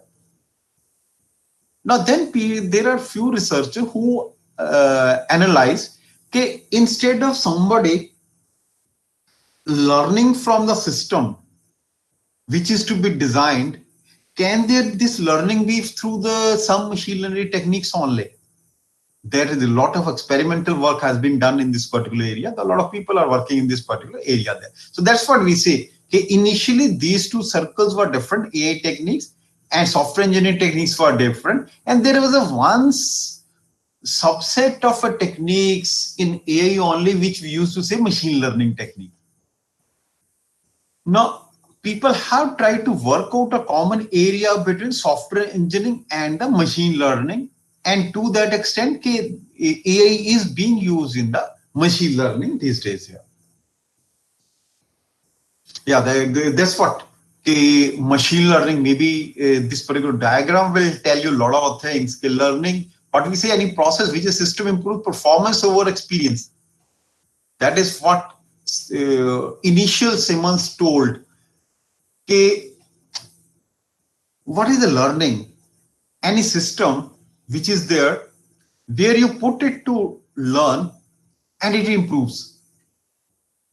That is what we say, learning from your own mistakes, deficiencies and other things. You learn from them and try to improve upon them. The similar things are being deployed in a different way. Maybe there is another definition which was given by Tom. He says it's a tuple where machine learning is the study of algorithms, say some algorithm that improve their performance P. P, if it takes a performance, it has to improve at some task. And E is your experience. And then we say it's a well-defined learning task is given by PTE. Performance, task, and the experience gives you the machine learning part. Obviously, you have to think about what is the process what is the task where you need improvement. You might have seen somebody learning how to cycle, how to pedal a cycle. Now, initially he starts, performance is very poor. He's not able to pedal the whole cycle once. But with his experience, he improves. What is the task? Final task is he should be able to drive. And there is always a periodic performance measurement which are there through which he performs this. So this is what we say is the learning. So machine learning is something which has gone far ahead. Okay, maybe your social media is learning through machines only, or other tasks which are robotics, everything, they are just with the help of this particular machine learning only. Maybe your Facebook, Instagram, and other, maybe if you look at your performance, your purchases and everything, that is based on the learning mechanisms only. Maybe there are a lot of machine learning techniques which has been applied to Facebook and the Instagram for the data clustering, data processing, and all those things there. So basically, it's a learning which is there. Now, this is what this is a model which is there. Okay, your traditional programming model versus machine learning. Traditional programming, you got a program, you got a data, and you visualize it and come out with the output. Whereas in this case, machine learning, what we think of it, what is the output we expect, and what is that data? And then we think of the program there in that case. Because in case of a machine learning, we have to be very clear what sort of a output I'm looking for, what is the database, basic data which is there. Then I think of this sort of a program there. Yes, that's a very important thing. Where do we use when do we use machine learning? Let's say there can be instances where human expertise doesn't exist. Let's say in case I have to send somebody on the moon, somebody on the Mars, I don't know what expertise for that. But what we do is, let's say I sent a learning machine there, and it learns and gives you the information. Let's say in case of a Mars, in case it has to take at a particular angle, it takes certain image, and my system realizes that this is not a good image which I taken. Then it learns from its experience, it's not a good image. Let me take some image at some other angle there. So that's what at that particular time, human expertise doesn't exist. Human has not gone to the Mars to take their pictures or navigate there. But once I have got a system there which learns of its own, maybe your robotic system or some of these sort of systems which are there, which can be sent on the Mars, and then they learn, take the pictures, and based on the pictures only, they keep on learning.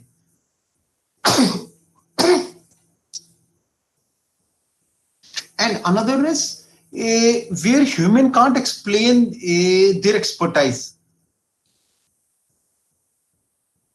Let's say your speech recognition, voice recognition. Let's say the moment somebody calls you, he says Ram. Within no time you say, yeah, you're Ram only. But have you ever thought of how exactly you have recognized that fellow? Very difficult to explain your brain, what your brain has done, how exactly you can find out that he's Ram only. Because that's a question of a lot of research. How do you find out whether Sir Ram is there based on his voice only? So that's why we think of, can I make my machine to learn this particular phase? You might have seen a small kid, if you give him a phone, he will not be able to recognize who is the one on the phone. And the moment he grows, you're not teaching him anything, but he is try to understand, okay, this is the fellow who is speaking. But can I build this surface? Because I can't explain how that thing comes into him, but I can think about learning this particular part. Yes, this sort of a behavior can be built into a machine learning system there. Oh, then models must be customized. That's another area in which we use machine learning. Maybe your personalized medicines. In case something is to be customized for you only, then I can use a machine learning. And models are based on a huge amount of a data, which genomics is another example where there can be a model. Let's say you imagine some data which is coming from a sensors. A human being can't visualize that data and try to infer anything out of it. Whereas I can think of a machine learning system. My system can learn something from the patterns which are coming from the data, which is very difficult for a human being to understand that. So these are some of the uses of the machine learning, whereas there are other things also there, but this major is expertise doesn't exist. I can't explain my expertise. I can't customize for everyone, and there is an amount of data is huge, because that's where the big data is coming as a one of the things. In the earlier days, the moment there is, I'll try to store it, then process it. But not these days, the data is coming through the sensors. Let's say I would like to see the behavior of a driver. Now, how generally we see the behavior of a driver? Use the owner sends the car to a place. If we come safe, he say driver is safe. But if he would have hit it, the car somewhere, then we say no, driver is not safe. Let's remove that fellow. That is our understanding as far as the understanding the behavior of somebody on the wheel there. So is it based on the data? No. Why? Let's say if by chance he hit his car somewhere and I remove him from the job, that doesn't help. The poor fellow might have been hit by somebody else, but yes, I say no, he's hit my car. Now, if I wanted to see the behavior driver, maybe in case I put a sensor there. What's those sensors? Okay, let's say the sensor which gives me the data, how many times he is driven straight, for how much time he is driven straight, how many times he is gone for a jerky left, how many times he's gone for the jerky right, and how many times he was driving zigzag, and how many times he's applied the brakes. So if I get all this data about a driver, then based on that, I can analyze, my machine can analyze whether he's a good driver or not. And mind it, these days, this sort of systems are available, sensors are available, which you can fit into your car, and they start giving you this sort of a data, which can be stored on your cloud, which can be stored on this. That's what we say is a big data. Now, big data analytics, we need some sort of machine learning technique to analyze that particular data there. So these are some of the places where human being can't do much, whereas your system using the machine learning can do this sort of things. So these are some of the tasks which are solved by the people using the machine learning algorithms. Okay, you're recognizing patterns. That's one of the biggest area where machine learning algorithms are there. They are trying to find out, given a data, huge data, I would like to find out the patterns out of it. Maybe facial identities or a facial expression is one of them, or handwritten or spoken words another one, and medical imaging recognize the pattern and finding the exact thing is another area where people are working a lot. And generating the patterns, okay, out of all the patterns which I'm looking for, can I think or generate some good pattern which I'm looking for? Or recognizing anomalies. That's another area where machine learning algorithms are used extensively. Okay, unusual credit card transactions. Now, this is what is happening to your credit card these days.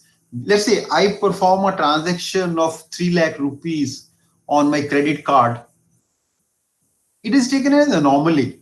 Why it is taken as an anomaly? Because let's say there is my data is there for the last 5 years. I never perform any transaction over 3 lakh rupees. So in case, that means what it does is, okay, for processing your transaction, it learns from your behavior, how exactly you're spending. And based on the spending pattern only, it is able to define, okay, whether that particular transaction you have done or not. Then it gives you alarm. Maybe you might have seen even these banks, or most of the banks have adopted this machine learning algorithm. Okay, the moment you perform this task, in case you are the ones who is performing 5 lakh transaction very frequently, they allow. Otherwise, it will give you a message whether you would like to confirm or not. The moment I confirm, only then this transaction is performed. Maybe unusual patterns of sensors, reading a nuclear power plant, maybe nuclear power, there is, in case there is a very sensitive thing there, then it can give us some sort of anomaly based on the sensor reading only. Then your predictions, that's what machine learning is being used for. From the patterns only, it can find out what will be the stock price of this particular item. Maybe in the earlier days, it used to be the person who used to be the expert in that. There will be stock brokers. They will say, yeah, this stock will rise. What they used to do was, they would have visualized this particular thing for the last 2-3 years in their mind, and then they say, okay, ye share khareed lo, theek ho jayega. Whereas now there are models there, machine learning algorithms which are there. Most of the stocks, they have done this particular work, okay, where with the help of which they can predict, okay, this particular stock will rise, because maybe they just see the curves, rise or fall of a stock, and from there only they can predict. There can be others, because these are some of the examples which I thought can be there for the machine learning, recognizing, generating, anomaly detection, prediction. But there are in this particular category only, there are so many uses which are there as far as machine learning is concerned. So what are the various machine learning technique? Because obviously, once we have got something known as a machine learning, I gave you a model of a learning. Now, what are the various techniques which are there for the machine learning technique there?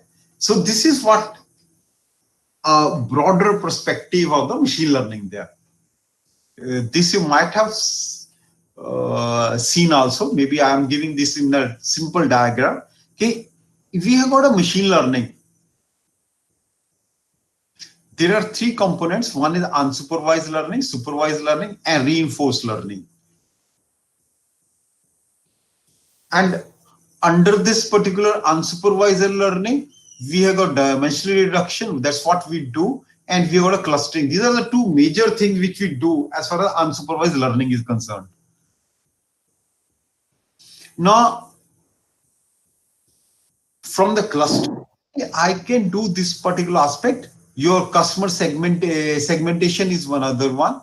Target marketing is another. Recommender system is another one, because there is a lot of work which people are doing on the recommender system. Okay, Amazon gives a 4-star for a product, or somebody gives 3-star for a movie. How exactly this thing is being done? Because you might have seen, the moment I have to go for a movie, first of all, I see its reviews. What sort of stars are there? Or in case I want to purchase something, I look for a product, then they say it's a 4-star. Because these days we all go for our online shopping. They say it's a 4-star. What does it mean? Okay, this is an excellent product which you can have, and within no time you purchase it. Because that's what we say is your recommender system which is there, through which we do this particular aspect there. And target marketing is, in case I'm looking for a target people to market a product, I know this fellow is there who is spendthrift, and he's the right person to purchase a TV of a value of 1.5 lakh. So this is what, then based on the clustering which I would have done, or based on the unsupervised, because I can't make it a supervised. Based on the clustering only, I can go for this sort of a target marketing for him, or I can go to the customer segmentations. I can do who are the very good purchaser, who are the poor purchaser, who are misers in purchasing, in spite of the money is there. So all this classification, I make as an unsupervised learning to do this sort of a clustering there. And I can do this dimensional reduction there, because there may be so many parameters there for the data.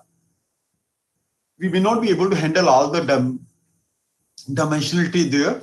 What we do is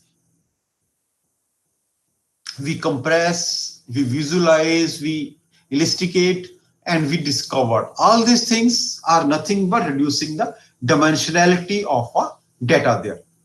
In case number of parameters corresponding to a data which I can't analyze, I can find out which are the most important components there. I can work on that. So this is what we do in a unsupervised learning. And in case of a supervised learning, what we do is we again classify, but it is a supervised one, and we go for a regression. Maybe your regression analysis for population growth prediction, estimation life expectancies, market forecast, weather forecast, advertising popularity prediction. So all this based on the regression only. Maybe another thing, your whole of the machine learning is based on the statistical tools. And we have got this supervised learning where we do got a lot of classification. In case I have to identify fraud, image classification, customer retention, or diagnostics, all these are part of the classification which falls under this supervised learning. And then there is reinforced learning. Okay, based on my learning, there is something new I do. So maybe you're gaming, your skill acquisition, as I was telling you, driving a cycle. From your own thing, it's a reinforced learning which you do. And robot navigation, maybe he knows there is an obstacle there, I need not move. And from there only he learns. Okay, real-time decisions are also based on the reinforced learning. Maybe what we say is reinforced, if whatever we have learned, that output of the learning can be a learning experience for me only. That's what we say. So this is what we say overall perspective as far as the machine learning is concerned. These are three components: unsupervised, supervised, and reinforced learning. These are the three types of learning based on which all your experimentation has been done over there. Now, maybe this is what we say is a mathematical definition as far as supervised learning is concerned. What we have got is, in case I got a input variable X and output variable Y, what we have to look for is some sort of a function which maps Y to X. So this is what we say is the concept of a supervised learning. What we are looking for all the time, we're looking for some mapping function which can map your output with the input there. That means what we are want to do is, okay, we have to map in such a way, once we give a new input there, then you can predict the output for that. That is, let's say I give some raw input there. Maybe your supervisor, training set data, desired output, what are we looking for? All this information will feed in here.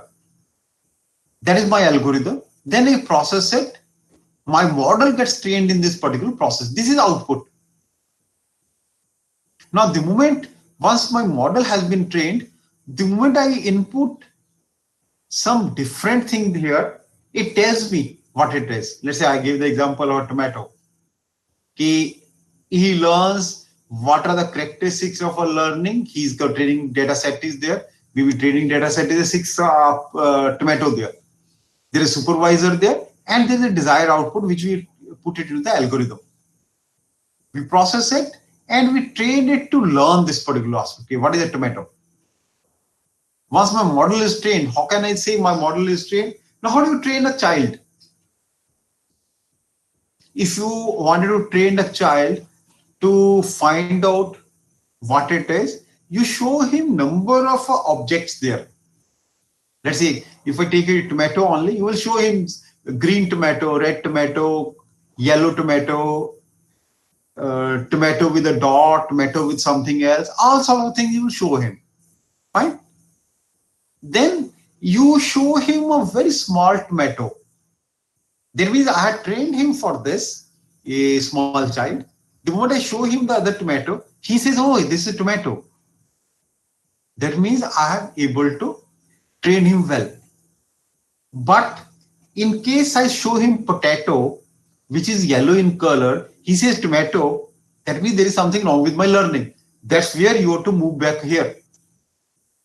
That means my accuracy is not 100% in that case, but let's say in case out of 6 objects, which were all tomato, he's able to detect only 3. That means my efficiency in that for that model is only 50%.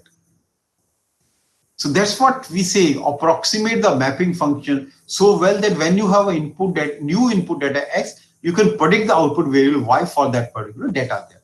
So this is what we have got. We have got some algorithm, we have got a processing, we have got a trained model for this particular work there. And then once model is there, I again input something to the model. Then it gives me the output over here. So this particular component we call as a training model training. And this is what we say is a trained model, which is being used for some other new input over there. So this is Y and Fx. Okay, all the time I expect the output. That's what we are showing. Okay, output expected, input is there. Then I look for my program.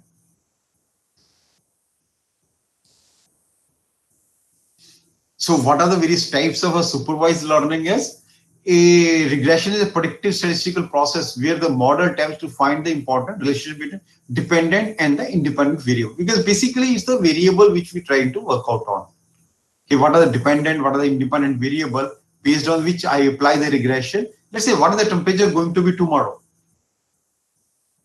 That means based on my dependent and independent variable, I will be able to decide what will be the temperature tomorrow. And how it is doing? It is a statistical process only. It is trying to see the weather for the last so many years. And it will see dependencies, my weather, whether it depends upon the month or the daytime or at what time it there. So based on all the dependent and independent variables, it is able to decide, okay, this will be the weather there. Or it's a classification. What a classification algorithm does is, it takes a value, assign it to a class or a category there. Okay, based on my training there, it fits it that particular job, particular input to a particular class or a group there.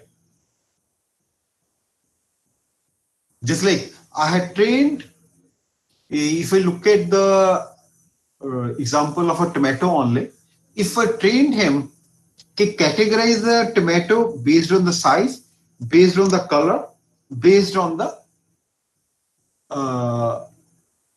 maybe some other factor there, then in case it is able to classify it, then we say it's a classification model there, supervised learning through the classification.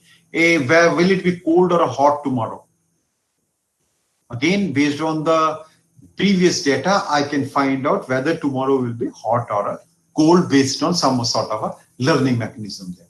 Because there is some, all the time I know what are the factors based on which I'll be deciding this. So this is what we say is a type of a supervised learning where two models are there, regression and the classifications. Then we got a unsupervised learning.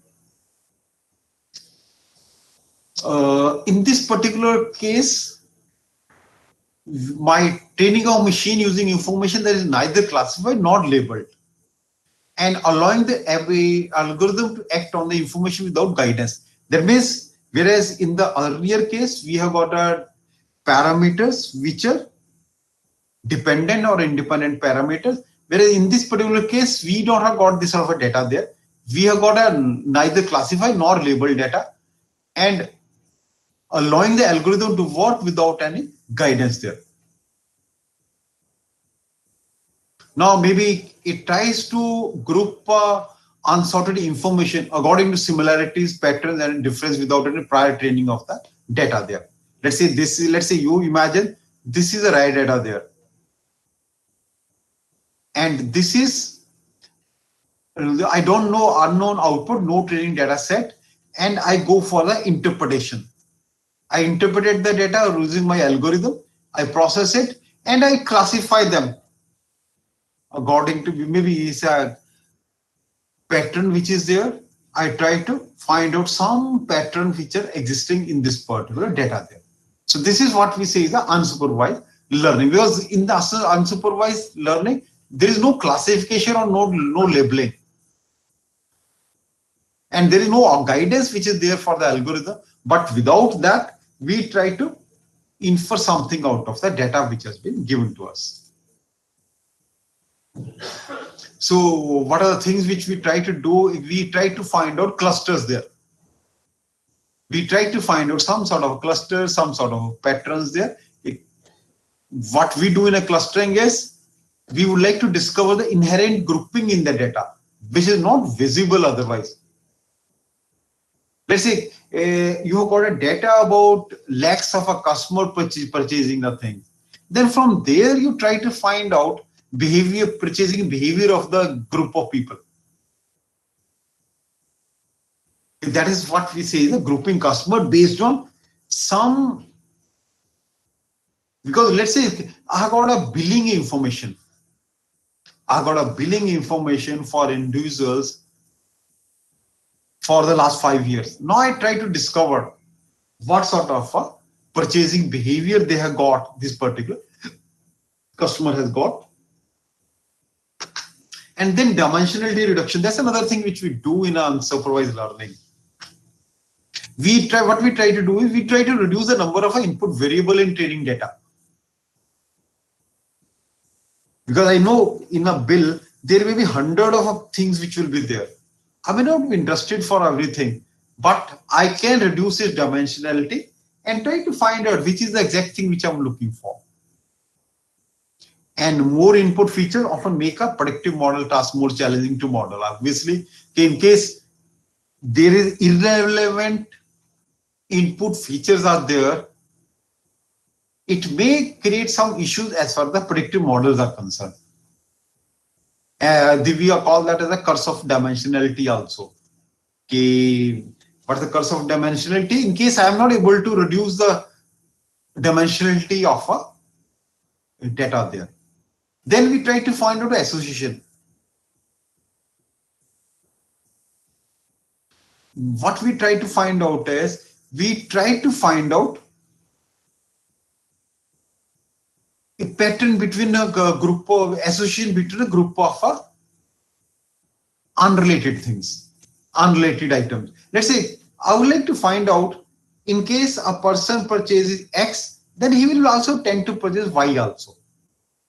So that next time he comes, he purchases this, I can show him the other item also.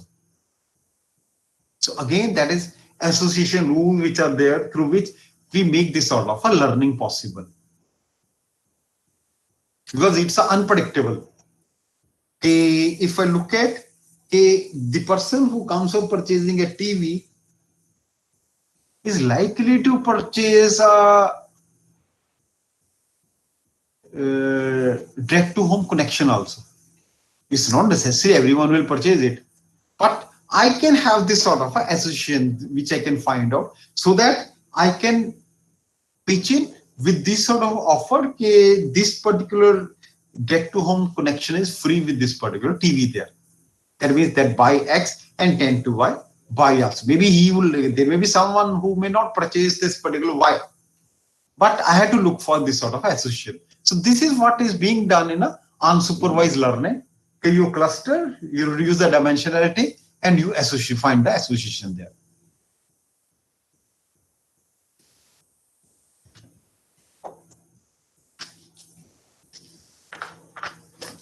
One minute.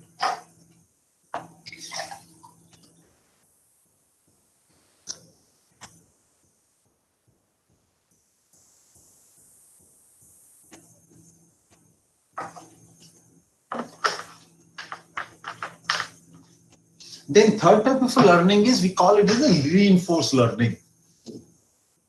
So what we do in a reinforced learning is training a machine learning model to make a sequence of decisions. Okay, one decision leads to the other decision, another decision leads to the other decision. That means you learn from your decision. Agent learns to achieve a goal in an uncertain, potentially complex environment. Okay, there is an agent there. There is some action. Based on the action, there is some state he changes. Again, there is a transition, and ultimately he rewarded over there. He performed this just like in a gaming. You might have seen in gaming or academic field these days, it's a reinforced learning where we have more emphasis upon. Now, this is what we have got as far as the machine learning is concerned.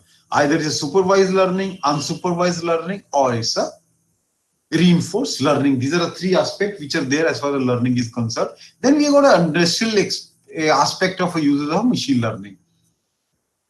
Maybe machine learning in transportation. That's the biggest thing which is coming up very fast. Self-driving car. That is what is predicted as a future of a transportation there. Maybe I don't put any driver there, and it takes a thing of its own. How it can be done? Maybe it's a learning from his experience and doing it. Maybe Tesla that has got an autopilot mode that gives the car semi-autonomous abilities there. Maybe it can change the lanes, park without the driver assistant there. Then another is in healthcare. That's where machine learning is having an impact.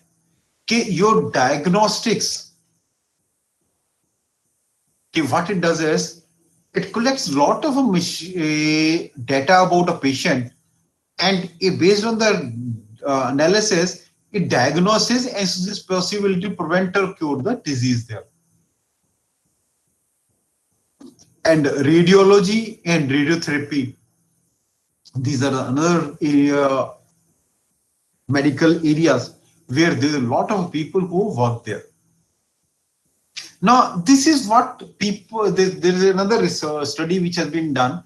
How do people perceive AI, ML already delivering value today in specialty care, radiology, pathology, pharma, etc. 63% of the people agree. That is, it is delivering, and 13% are neutral, 25% are not agreeing. And AM already delivering value today with the patients, telehealth, remote health, monitoring. There's a belief of the people. Maybe there is a slightly less.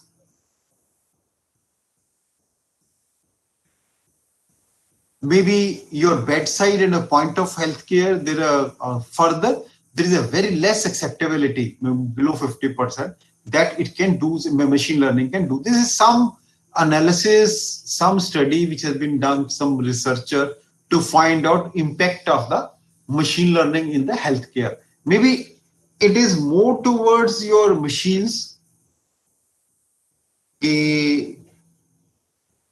Let's say my student is working on this to localize in the knee where exactly is the problem and how it can be rectified there. Then there is a lot of financial application are huge, because a healthcare is more critical, but financial is the one which is data driven And there are a lot of uses as far as the machine learning in the finance is concerned. Okay, your portfolio management.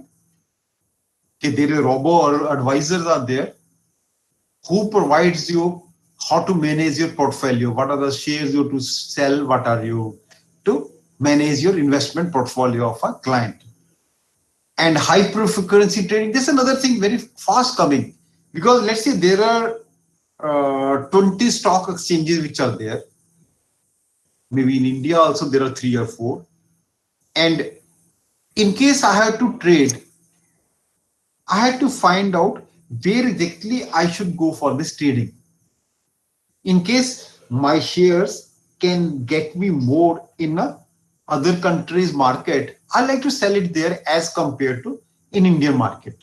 So this is what we see the high frequency trading. Okay, what it does is based on thousands of trades or speed that we, human can't think of.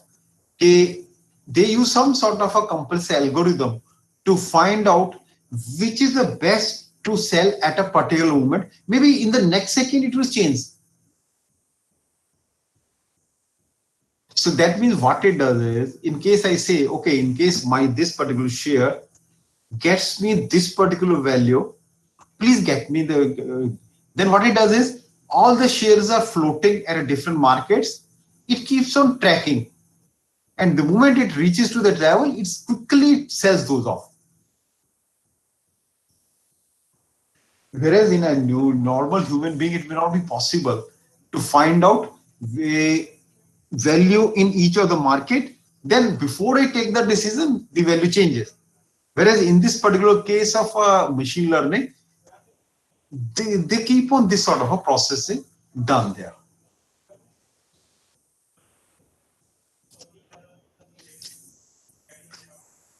Then you might have seen this machine learning application in your hotel room per bookings also. There are sites which takes data from different sites there and tells you that this particular room in this particular hotel will be cheaper at this particular rate, because it keeps on learning from various other things and giving you the exact value. Then there is a extensive use of machine learning in agriculture, your crop management. Okay, what sort of a yield will be there for this particular crop? It can be based on the previous year's data. When you should sow, when you should reap, all this can be there as far as the machine learning is there. Then machine learning is also able to measure the machine field conditions there. What's the soil moisture will be there at a particular temperature. So ecosystem, it can understand all these ecosystem based things and gives you this particular daily, weekly or a monthly estimates. So based on that, you can decide at what time you have to sow the seeds there. Obviously now the machine learning in education is getting very popular. Why? Because it's a machine learning can learn how good you are as a learner, and based on that only it gives you the content. If my system can understand I'm a quick learner, then it may not give me the routine things. Whereas in case it understand, it has learned I'm a slow learner, that is based on my behavior only, it tries to find out what sort of a learner I am. So that's what we see, the personalized learning. Maybe Udemy, Teachable, VizIQ, there are some other things which are already there in the industry. Industry people are giving this sort of a thing for the personal learning, and it increases the efficiency there. Maybe your classroom management, scheduling, all this can be done with the help of machine learning. Let's say I know students are not happy to come to a class in case there are 2 holidays. Maybe it can schedule my lecture in such a way that the moment there is 2 holiday, I expect student will bunk the class now. It will schedule it in some other day so that it doesn't give me itching. There is a student I any class me. So that's what we say, machine learning in education. It can schedule, it can give you personalized learning experiences there. So this is what, because usually people say okay, machine learning is not coming in the industry. That's what I thought. Let me share with you where exactly this machine learning is being used extensively in the industry there. Now then, machine learning is software engineering, because you know all the phases of the software engineering. Now there I have tried to find out where exactly the software engineering, machine learning is being used in the software engineering there. Now what is the software engineering? First of all, one is software. As we say, software is just an executable code for any computation purposes which is there. It can be a single program. It can be a collection of programs there. And it is based on some sort of a requirement. We call it a software product. So that's what we see the software.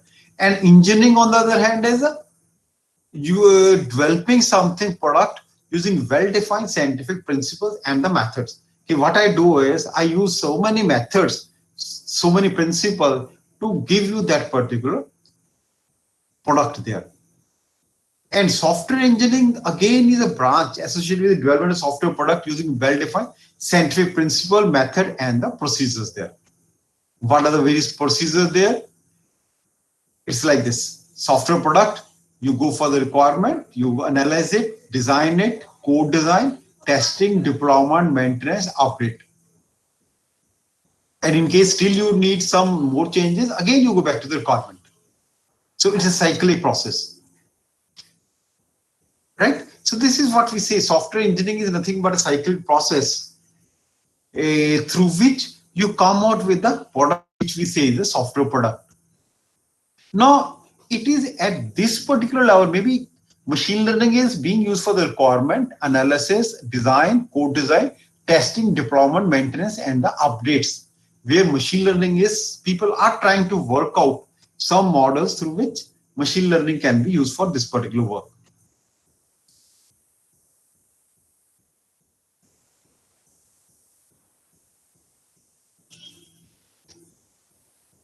What we say is this: it can be used by many software developer and maintenance tasks formulated as a learning problem.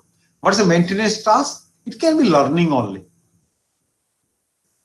So this is machine learning methods in software engineering tasks can be used for maybe prediction and estimation, modeling, transformation, generation and synthesis, reuse, because there is a lot of reuse which is there in case of software development, and requirement acquisition, and the development knowledge capturing there. So these are some of the areas where people have, maybe I would not say there is an industrial product which has come up there, but obviously there's a lot of research which is going on this particular area.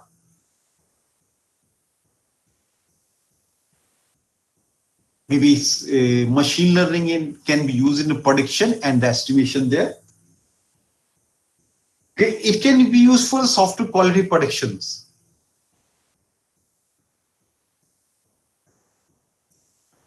Maybe genetic programming has got some people have, maybe this is what is available in the research papers also. Okay, people have used this genetic programming to generate this sort of a software quality models there, to predict the quality of the software there. What it does is it takes input as a software matrix and predict for each module the number of faults that will be discovered. How do we find the faults in the software? We try to estimate faults by going for the testing there. The more case tests we generate, the more likely number of faults will be there. But in case we use the genetic programming, that has got people, there are some researchers who have applied this genetic programming to find out the number of faults in the development or during the operation there. And there are some who was used for the software quality prediction, some using neural networks, and is for the SDL, specification and description language.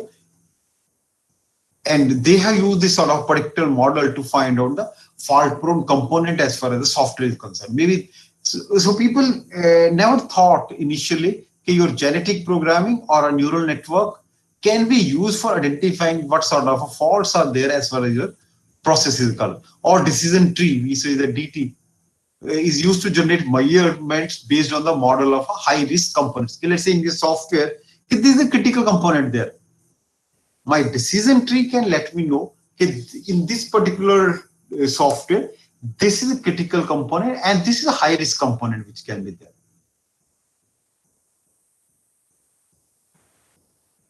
And then another area where people have worked using the neural network and the genetic programming is a software size estimation.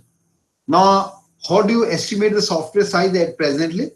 We just say software size is nothing but line of a code.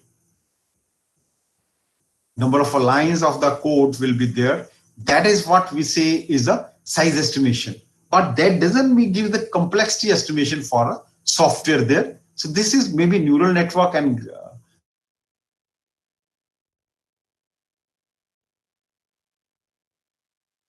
for this. Then another is the software cost prediction. This is the most cumbersome task. You might have seen so many models are there through which you go for the software cost predictions there. Okay, that will be the cost as far as this particular software is concerned. But the same thing can be done using the Bayesian analysis. There are some papers available where people have used this Bayesian analysis to find out what sort of a costing will be there as far as this particular software is concerned. Again, all prediction model. And then project development effort prediction. Because obviously, the moment somebody has to predict what will the time estimate for development of the software,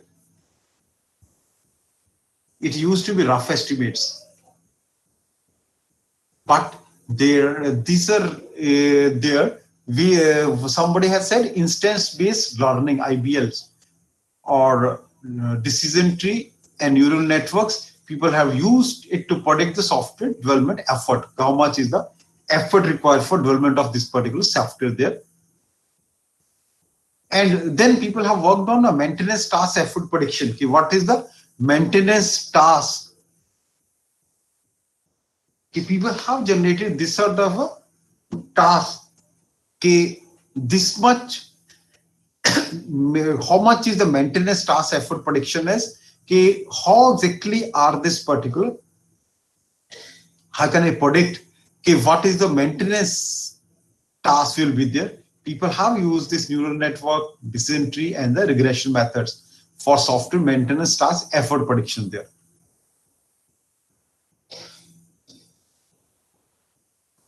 Now, in case I would like to identify some of the classes, because these days we talk a lot about the object-oriented software development. In case I have to identify classes and object in the software development, maybe DT is another tool which people have used for this particular thing. Then correction cost estimation, that's another area where people have worked. Okay, DT and ILP has been used to generate model for estimating correction costs in the software maintenance. Because these days, lot of effort is going in the correction there. Okay, in case there is some bug in the software, I have to correct it. How much is the costing I should be available there? Maybe people have used this sort of a model. Then reliability prediction. Maybe there are papers available where neural network has been successfully used for the software reliability growth prediction there. So all these are nothing but some prediction and the estimation which people have done as far as the software development tasks are concerned. Then to your defect predictions. Okay, how do you find out whether there is any defect in the software or not? There are some research available where Bayesian brief network have been incorporated with to find the defect prediction in a single unified model. Okay, some people have used this particular thing. Then reusability prediction. Okay, whether this particular model can be reused in this particular environment. People have used decision tree to verify impact of this sort of a object-oriented application there. Now then, machine learning has been used for software release timings. Usually people get so stressed up as far as the release timing is concerned that there is a lot of failures there. But there are certain successful stories where NN has been used for software release timing. Just like in case of movies, my release timing is very important. I hope some of you might have seen. Okay, how do they release the movie? They book all the malls or the theater or the screens there. And there may be one poor fellow, he's got a good movie, but he can't release it at that particular time. Why? Because his release may not be with the optimal time there. So people are putting out this sort of machine learning models for deciding what should be my software release timing there based on all the impact analysis which is there. Then the testability prediction. Okay, people have tried to work on neural network model. Maybe these are the three basic techniques which people have used in most of the research, either neural network or decision tree or Bayesian brief network for some of the activities which we perform as far as the software are concerned. Maybe thought I'll. Yeah, these are some of the models which people have used over the years in all this. So if you look at all the research available there, so people have used these three techniques only: machine learning, maybe all the active, because basically what we have done is we have tried to find out what are the activities there and what are the tools which after the machine learning which people have used, or I would not say people have used it for the research purposes, but yes, people have used for the not for the production purposes, but people have used these models for the research purposes, because those of you who like to pursue your research in the area of software engineering and machine learning, then combining it with the machine learning is one of the mechanisms through which people can do it, right? Maybe that's what I thought. Now I'll be open for maybe another 10 minutes. I'll be open for the question there. This is what I thought I'll cover. There are some more material there which is related to all this software engineering only. Maybe you can just go through. I'll pass on this particular slides to you.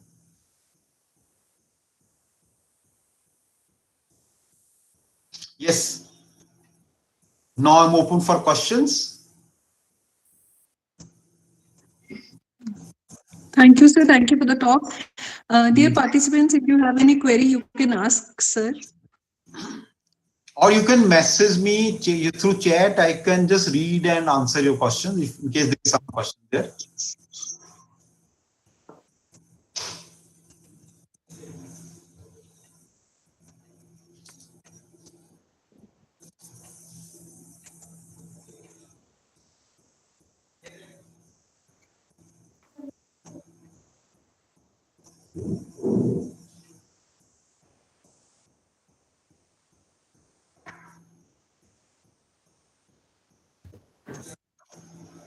My idea of this talk was giving you the overall perspective of machine learning as well as some aspects of engineering where people have explored it.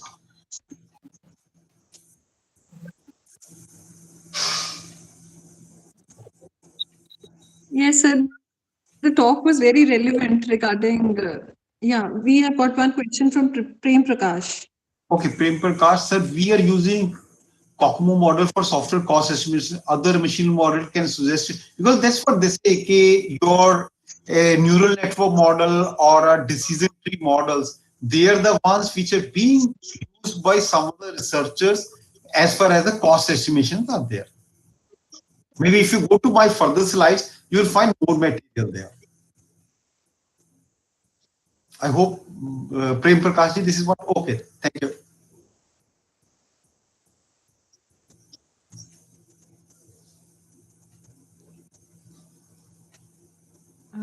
Is there any other query? So for the right query, thank you so Okay. much for your wonderful talk.